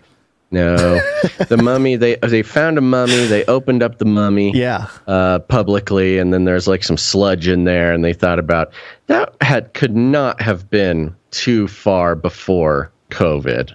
You remember that? I'll look it up here. That's a good point. Yeah, maybe COVID is Egyptian mummy curse sludge. Black goo. Could be. Yeah. Okay, well, I'm going to move on here because, we're limited on time. We're going to take another quick break here. It's break time! Come on, take a break. This is our break where we thank our producers who come in with their talent. Canary Cry News Talk is a place for therapeutic reflection of our troubling world, and we encourage those of you out there who have any kind of talent when it comes to communicating all these troubling things through art, music, interpretive dance, some kind of, I don't know. I'm just trying to think of something exciting, but I can't really think of much other than interpretive dance. We're still waiting on that one. You already said, we're making the suggestion about fushigi. Oh, right. Fushigi jugglers out there. Yeah, there you go. Is that Japanese or is that... Because fushigi means strange in Japanese. Yeah, I'm assuming it's Japanese. Yeah, okay. But yeah, it's the David Bowie crystal ball juggling thing. Right. Yeah, thanks, David Bowie. Yeah. So there you go. We're going to share them here so we can process it together. We're going to start with some audio production.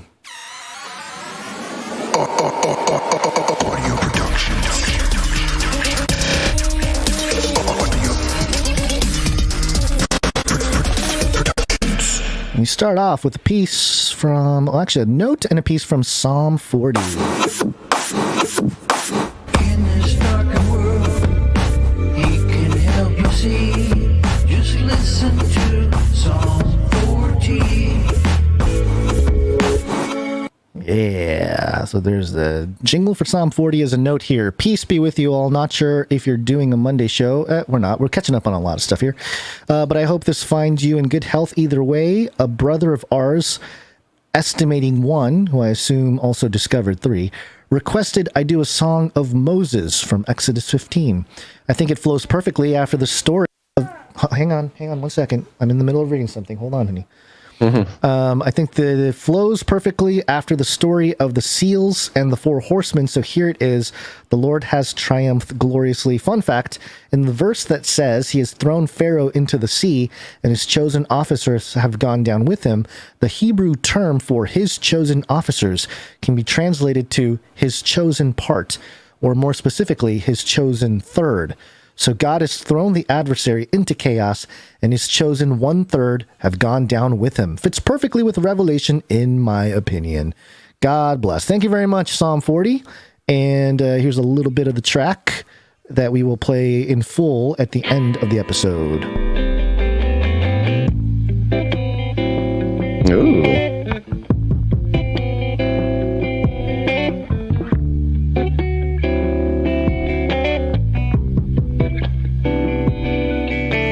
I will sing to the Lord, for he has triumphed gloriously.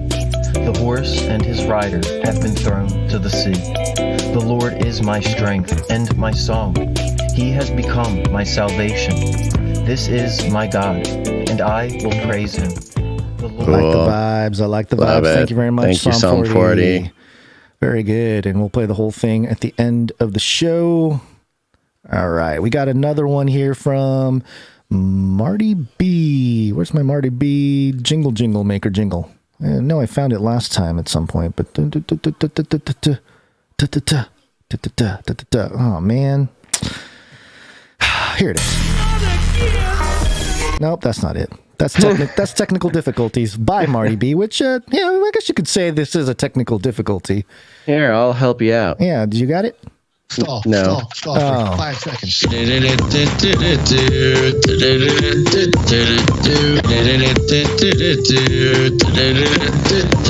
you go. Nah, that's not enough time. Oh, Because it's labeled something weird, and it's a really old one. Let me see here. Let's see. Give me one second. We got to do a whole day. We need to do some spring cleaning for labeling of these jingles. Yeah, Folks, it's a when complete I'm disaster. over here trying to build my jingle board and I'm looking through Gonz's files, and the naming of these files it's like he's got some sort of system because he thinks that, those, like in a Nicolas Cage National Treasure movie where he's picking up the work of like some old timer and he's having to decode the old timer's notebook because he put everything in some sort of ancient script so that the CIA can't read his research. That is what it's like trying to go through Gonz's files. It is complete absurdity. Well, okay. Well, to safe, my defense, in fact, I will defend myself. Safe, in fact, that he cannot even find that's his true. own file. That's true. Well, that's true. Yes, but also, a lot of times I'm not. I just take whatever is given to me the way it's labeled, and then I just Gonz, So I don't need an explanation. I'm taking up time so you can find the thing. There's no way I'm going to find it right now. Oh my gosh! Yeah, it's not going to happen. All right, thanks, Marty B. Marty B has a note here. I tried to clarify it as much as possible. The F was hard to make clear. I may scrap it and rework it. Would you play I Want to Be Vaccinated Ramon Stout the end of the show? Thanks, Marty B. Yep, we'll do that, Marty B. Hold on, let me see here. What was the file you sent with this? Oh my gosh. It's the Jonathan F file. What? No, this is actually a Marty B thing. We already played Jonathan F. I know. No, we haven't. You're losing your mind, man. This is the Jonathan F. Oh, it's a Jonathan F file. From Okay, yes, Marty. yes. All right, yeah. He made the F louder. That's right. Okay, here we go. That makes more sense. 18-year-old gunman shot and killed 19. That's not it. All right. Well, this look, is complete disaster. Yeah, well, in the time that it's taken you to do this, I've almost got it loaded up on mine, so we can just do that. In fact, I got Jonathan I'm going F's to play file this here. to take the time. You get to listen to this again. Stall for 5 seconds.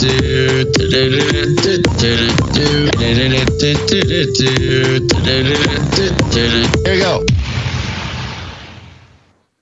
Okay, And why you do it. It is.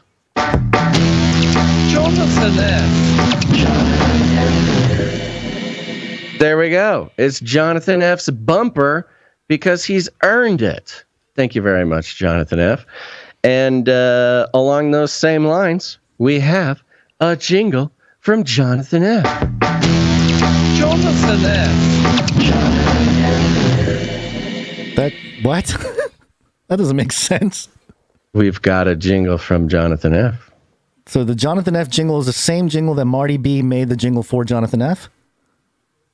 I'm not sure where the confusion is coming from. Marty B made a bumper for Jonathan F. Yes. For when Jonathan F has a jingle. Yeah, that's what you played, right? That's what I played. Uh-huh. And now I played the Jonathan F bumper because Jonathan F has a thing for us to listen to. Okay. And he has a note. Do you have Jonathan F's loaded up, or do I need to do that one? I have two of them. No, I got. Well, Okay. you know what it is? I know what happened. The Jonathan F jingle was not labeled Marty B. Like Marty B. So on my, it's probably my bad, but it's wonderful. I have No, I multiple get it. Jonathan F files, and I don't know which one's the actual jingle and which one's That's great. the file that was play sent it. to me. Let's play one. Let's keep things moving. Let's play 18-year-old it. gunman shot and killed 19 students. This is fine. Fierce fighting continues to rage around the besieged industrial city of Severodonetsk. Russian artillery attacks this week have killed at least 6 civilians. I'm okay with the events that are unfolding currently. In Davos, Switzerland, climate activists on the sidelines of the World Economic Forum are demanding world leaders act urgently on the climate. Things are going to be okay. Things are going to be okay. And the note from Jonathan F. said, "Hello, just today, Sir Salmons and I were speaking about how grotesque some of the comments and opinions behind news headlines have been lately. Thus, this piece was inspired by the 'This is fine' meme. Yes, it is grotesque, the way that they will flippantly report on some things that are, I mean, it just truly is insulting, the way that they think people want to hear about it. Now, we also had another one come in from Jonathan F. with a note here that says, sampled from the proposed gun freeze Trudeau implemented. Okay, we got a gun for. Okay, here we go, and it goes like this. What this means is that it will no longer be possible to buy, sell, transfer, or import without the mark of the right hand or of the forehead. Woo!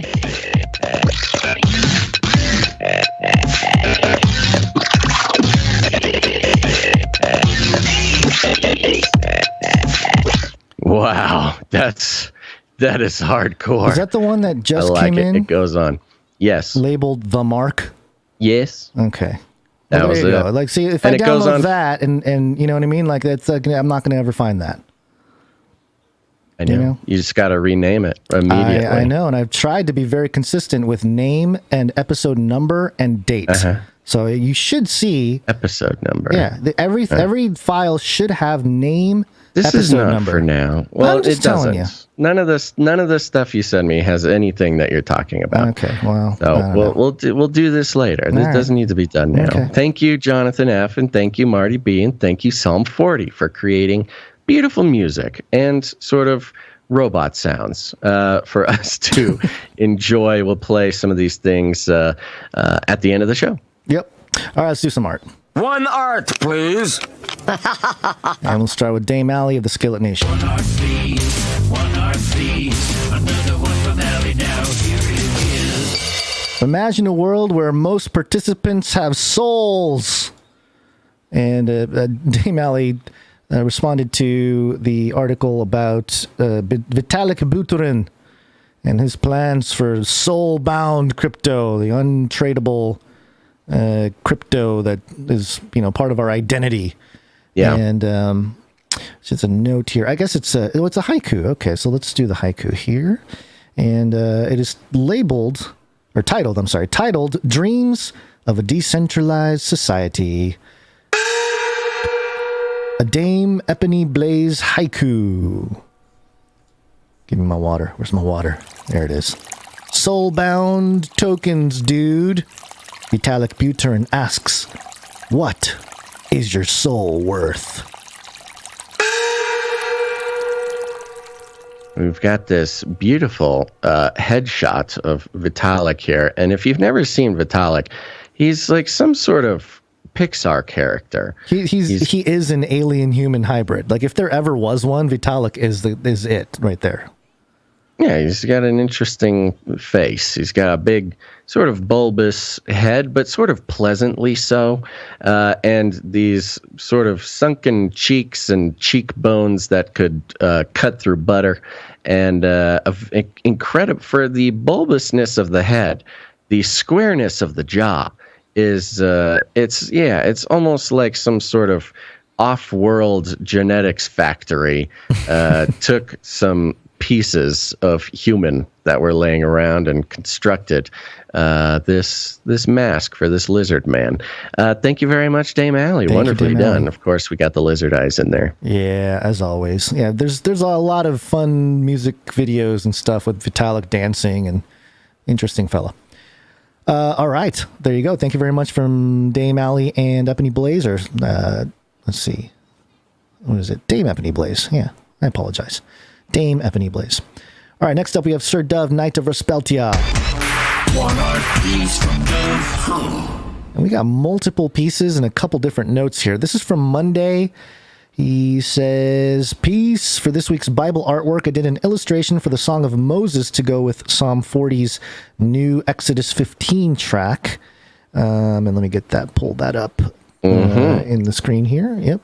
You want to chat about it for a minute before we yeah move sure on with the note it's sort of a funny underwater scene with the Egyptian army marching and running, and you've got chariots being pulled by the shirtless Egyptians whipping them, and you've got a hawk or some bird on a pedestal that I'm assuming was used in the Egyptian army.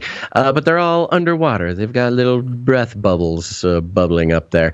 And in the background is in sort of an Old English font, you've got some scripture. The Lord is a man of war. The Lord is his name. Pharaoh's chariots and his hosts hath he cast into the, and then it's sort of obscured. His chosen captains also are drowned in the Red Sea. The depths have covered them. They sank into the bottom as a stone.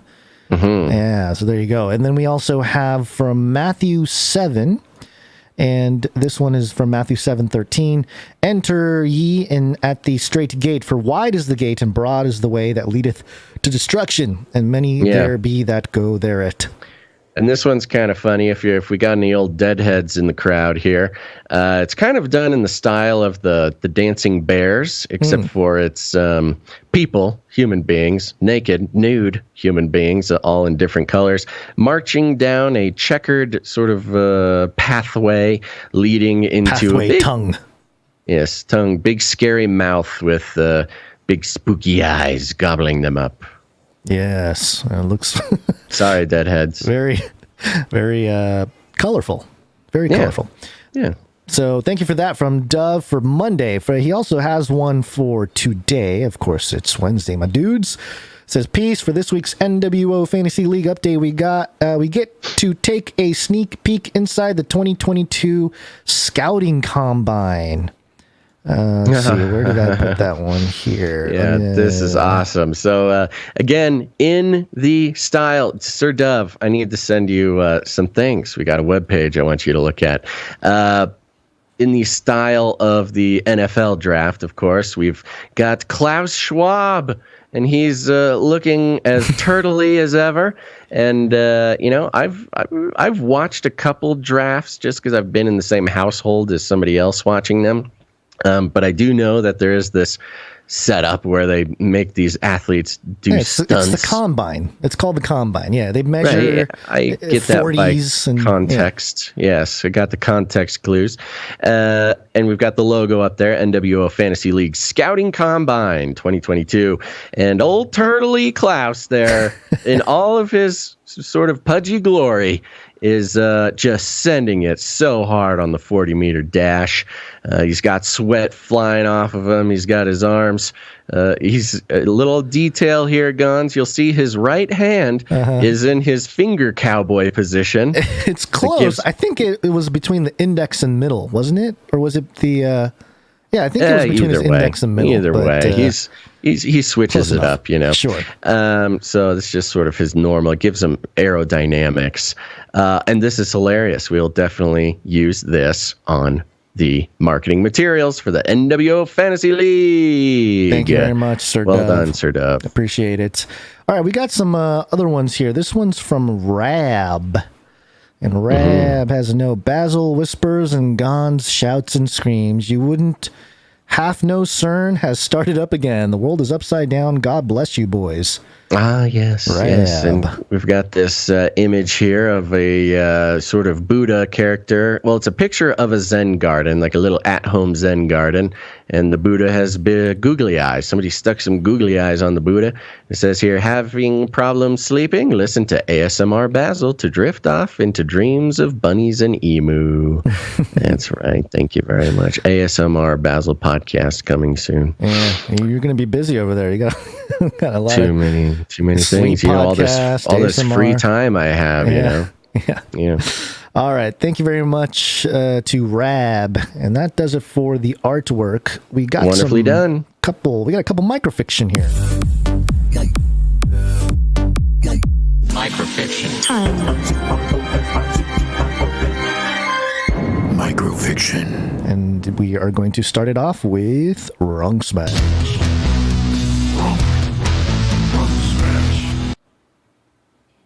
Fire. Come on. Fire. Man. When will you NFT listen? Yowls Monty. The old lady was basking in the light of Big Mouse and his demon wrangler. Frustrated Basil continues picking up, but stops as he sees, pecked into the drywall, 3 overlapping circles crossed out.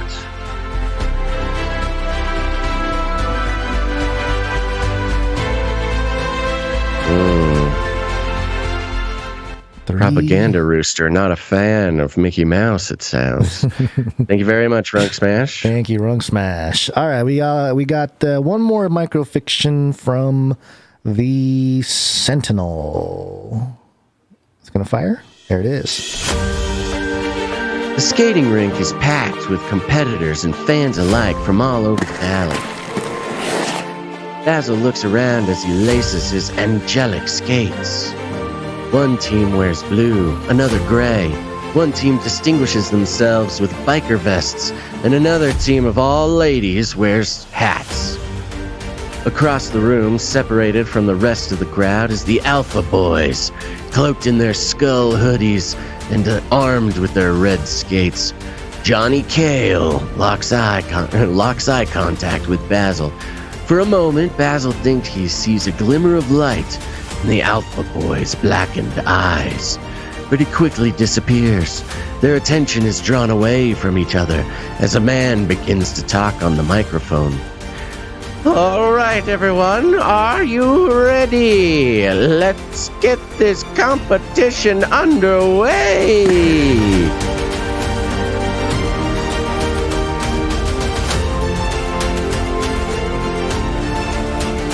It begins. Sentinel doing a magnificent job of keeping the tension alive while we wait for this competition to begin.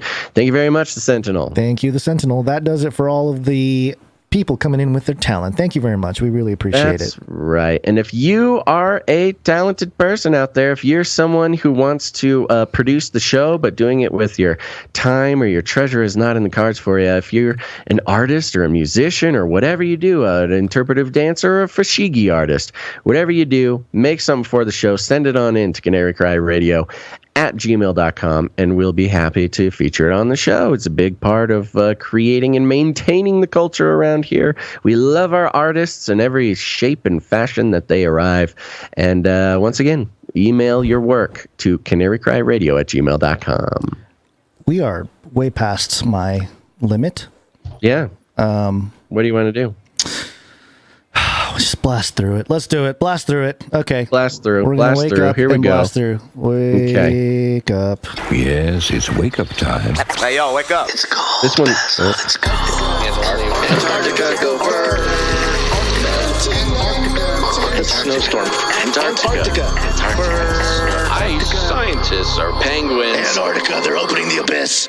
Yeah, This one comes. Thing, huh? Oh, whatever you want. This one comes courtesy of Derek Gilbert. Thanks, Derek. Talked to Derek yesterday, and he was inspired by the Nephilim penguin character in the New World Order Fantasy League, and I think it got his brain going. He sent us this over on Twitter. It's an academia.edu PDF, and it's titled "Penguin or Great Auk." A newly unveiled carving of a seabird found at Göbekli Tepe opens the debate over the geographical origins of its power elite.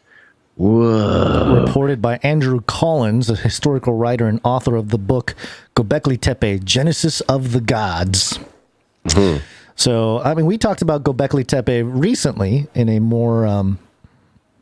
private parts kind of conversation. Remember that article that you were upset at me for? It's a PG-13 article, yeah. And yeah, so I haven't had a chance to really dig into this thing yet, but there was a part in here that I thought was fun because it's they're going around, he's looking at these different things, and there's a sentence in the article. It's a penguin. And it says, as I was photographing the various exhibits in this display area, one carved panel caught my attention.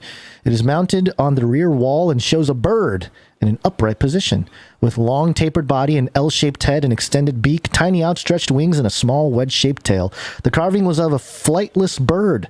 This seemed certain, yet, from its webbed feet and general appearance, there seemed little doubt it belonged to the penguin family. No other bird matched all the various components. It had to be a penguin, raising the question of why no mention of this beautiful carving was made by Joris Peters and Klaus Schmidt in their authoritative review of Göbekli Tepe, Zoomorphic Art and Faunal Remains, published 2004. This was actually referenced in the last article we talked about, too.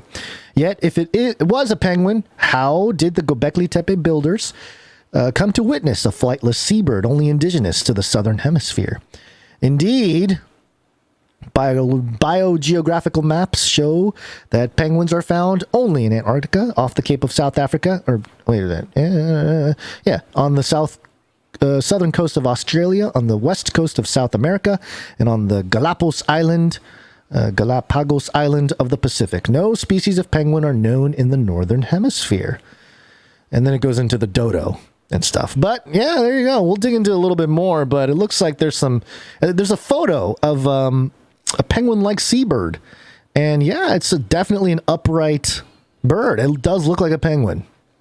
Well, and the interesting thing about this is the connection that they are making with the elite ruling class. The ruling class of the ancient world. Yeah. And sort of giving the impression of its power elite class had some contact with perhaps Antarctica, which, if we're talking about the current trajectory of the elite ruling class of today's world and the utopic promise of Antarctica, the history just sort of rhymes with itself. We've got Antarctica not just as a sort of wasteland, a white desert, but rather the sort of pilgrimage, the target of pilgrimage of the power elite from ancient times until now, bringing back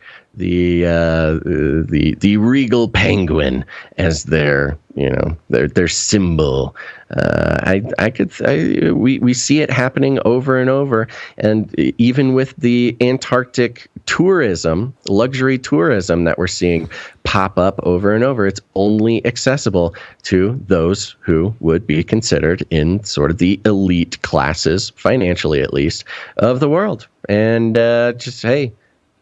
just the big old wheel keeps on turning, Gonz. We got other stuff to cover, but we're going to have to do it another time. I'm completely out of time. I'm very late. And let's do it. And Me Poo and Amber Turd are trending. So I think it's time we call it a day.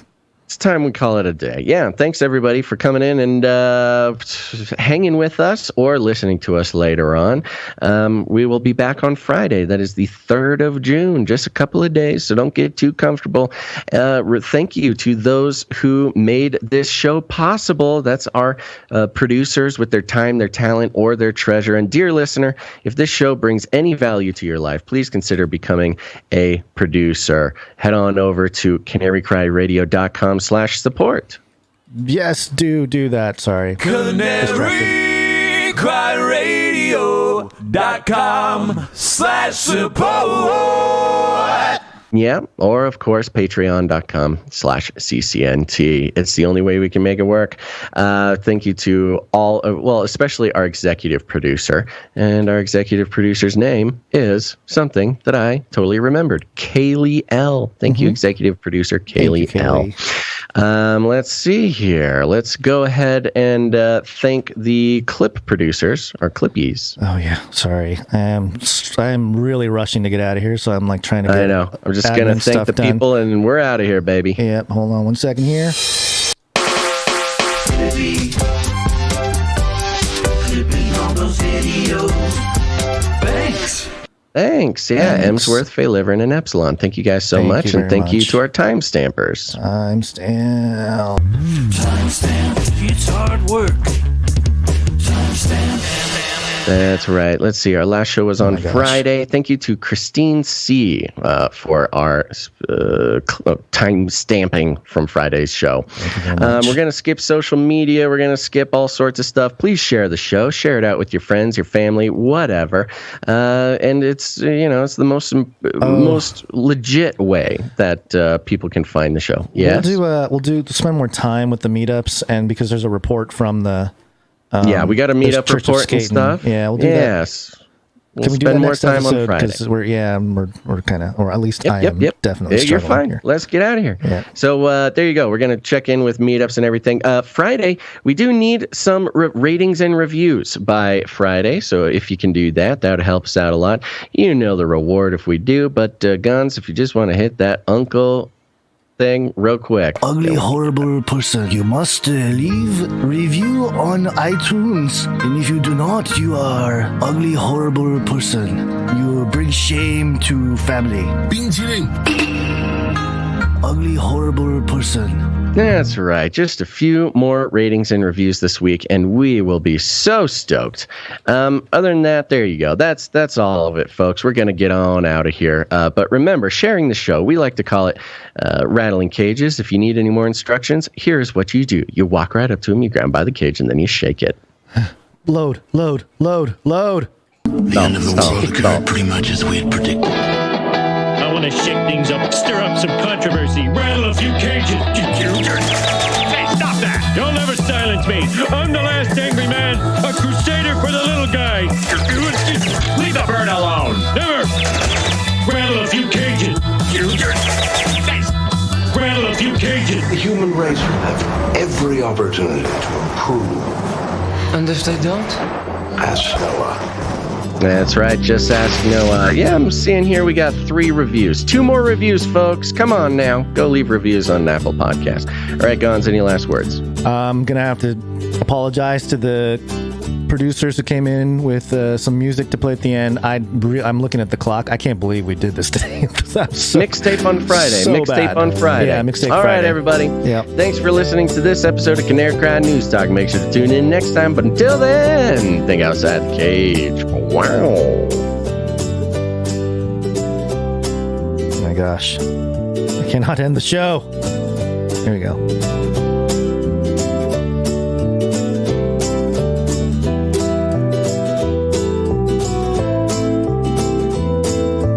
This is the way. We're all gonna die. This is the United States of America, for God's sake. We will hunt you down and make you pay. Do not come back, you Nazi psychopaths. I'll keep you warm and safe in my people's zoo. Give me a break. Feed him more.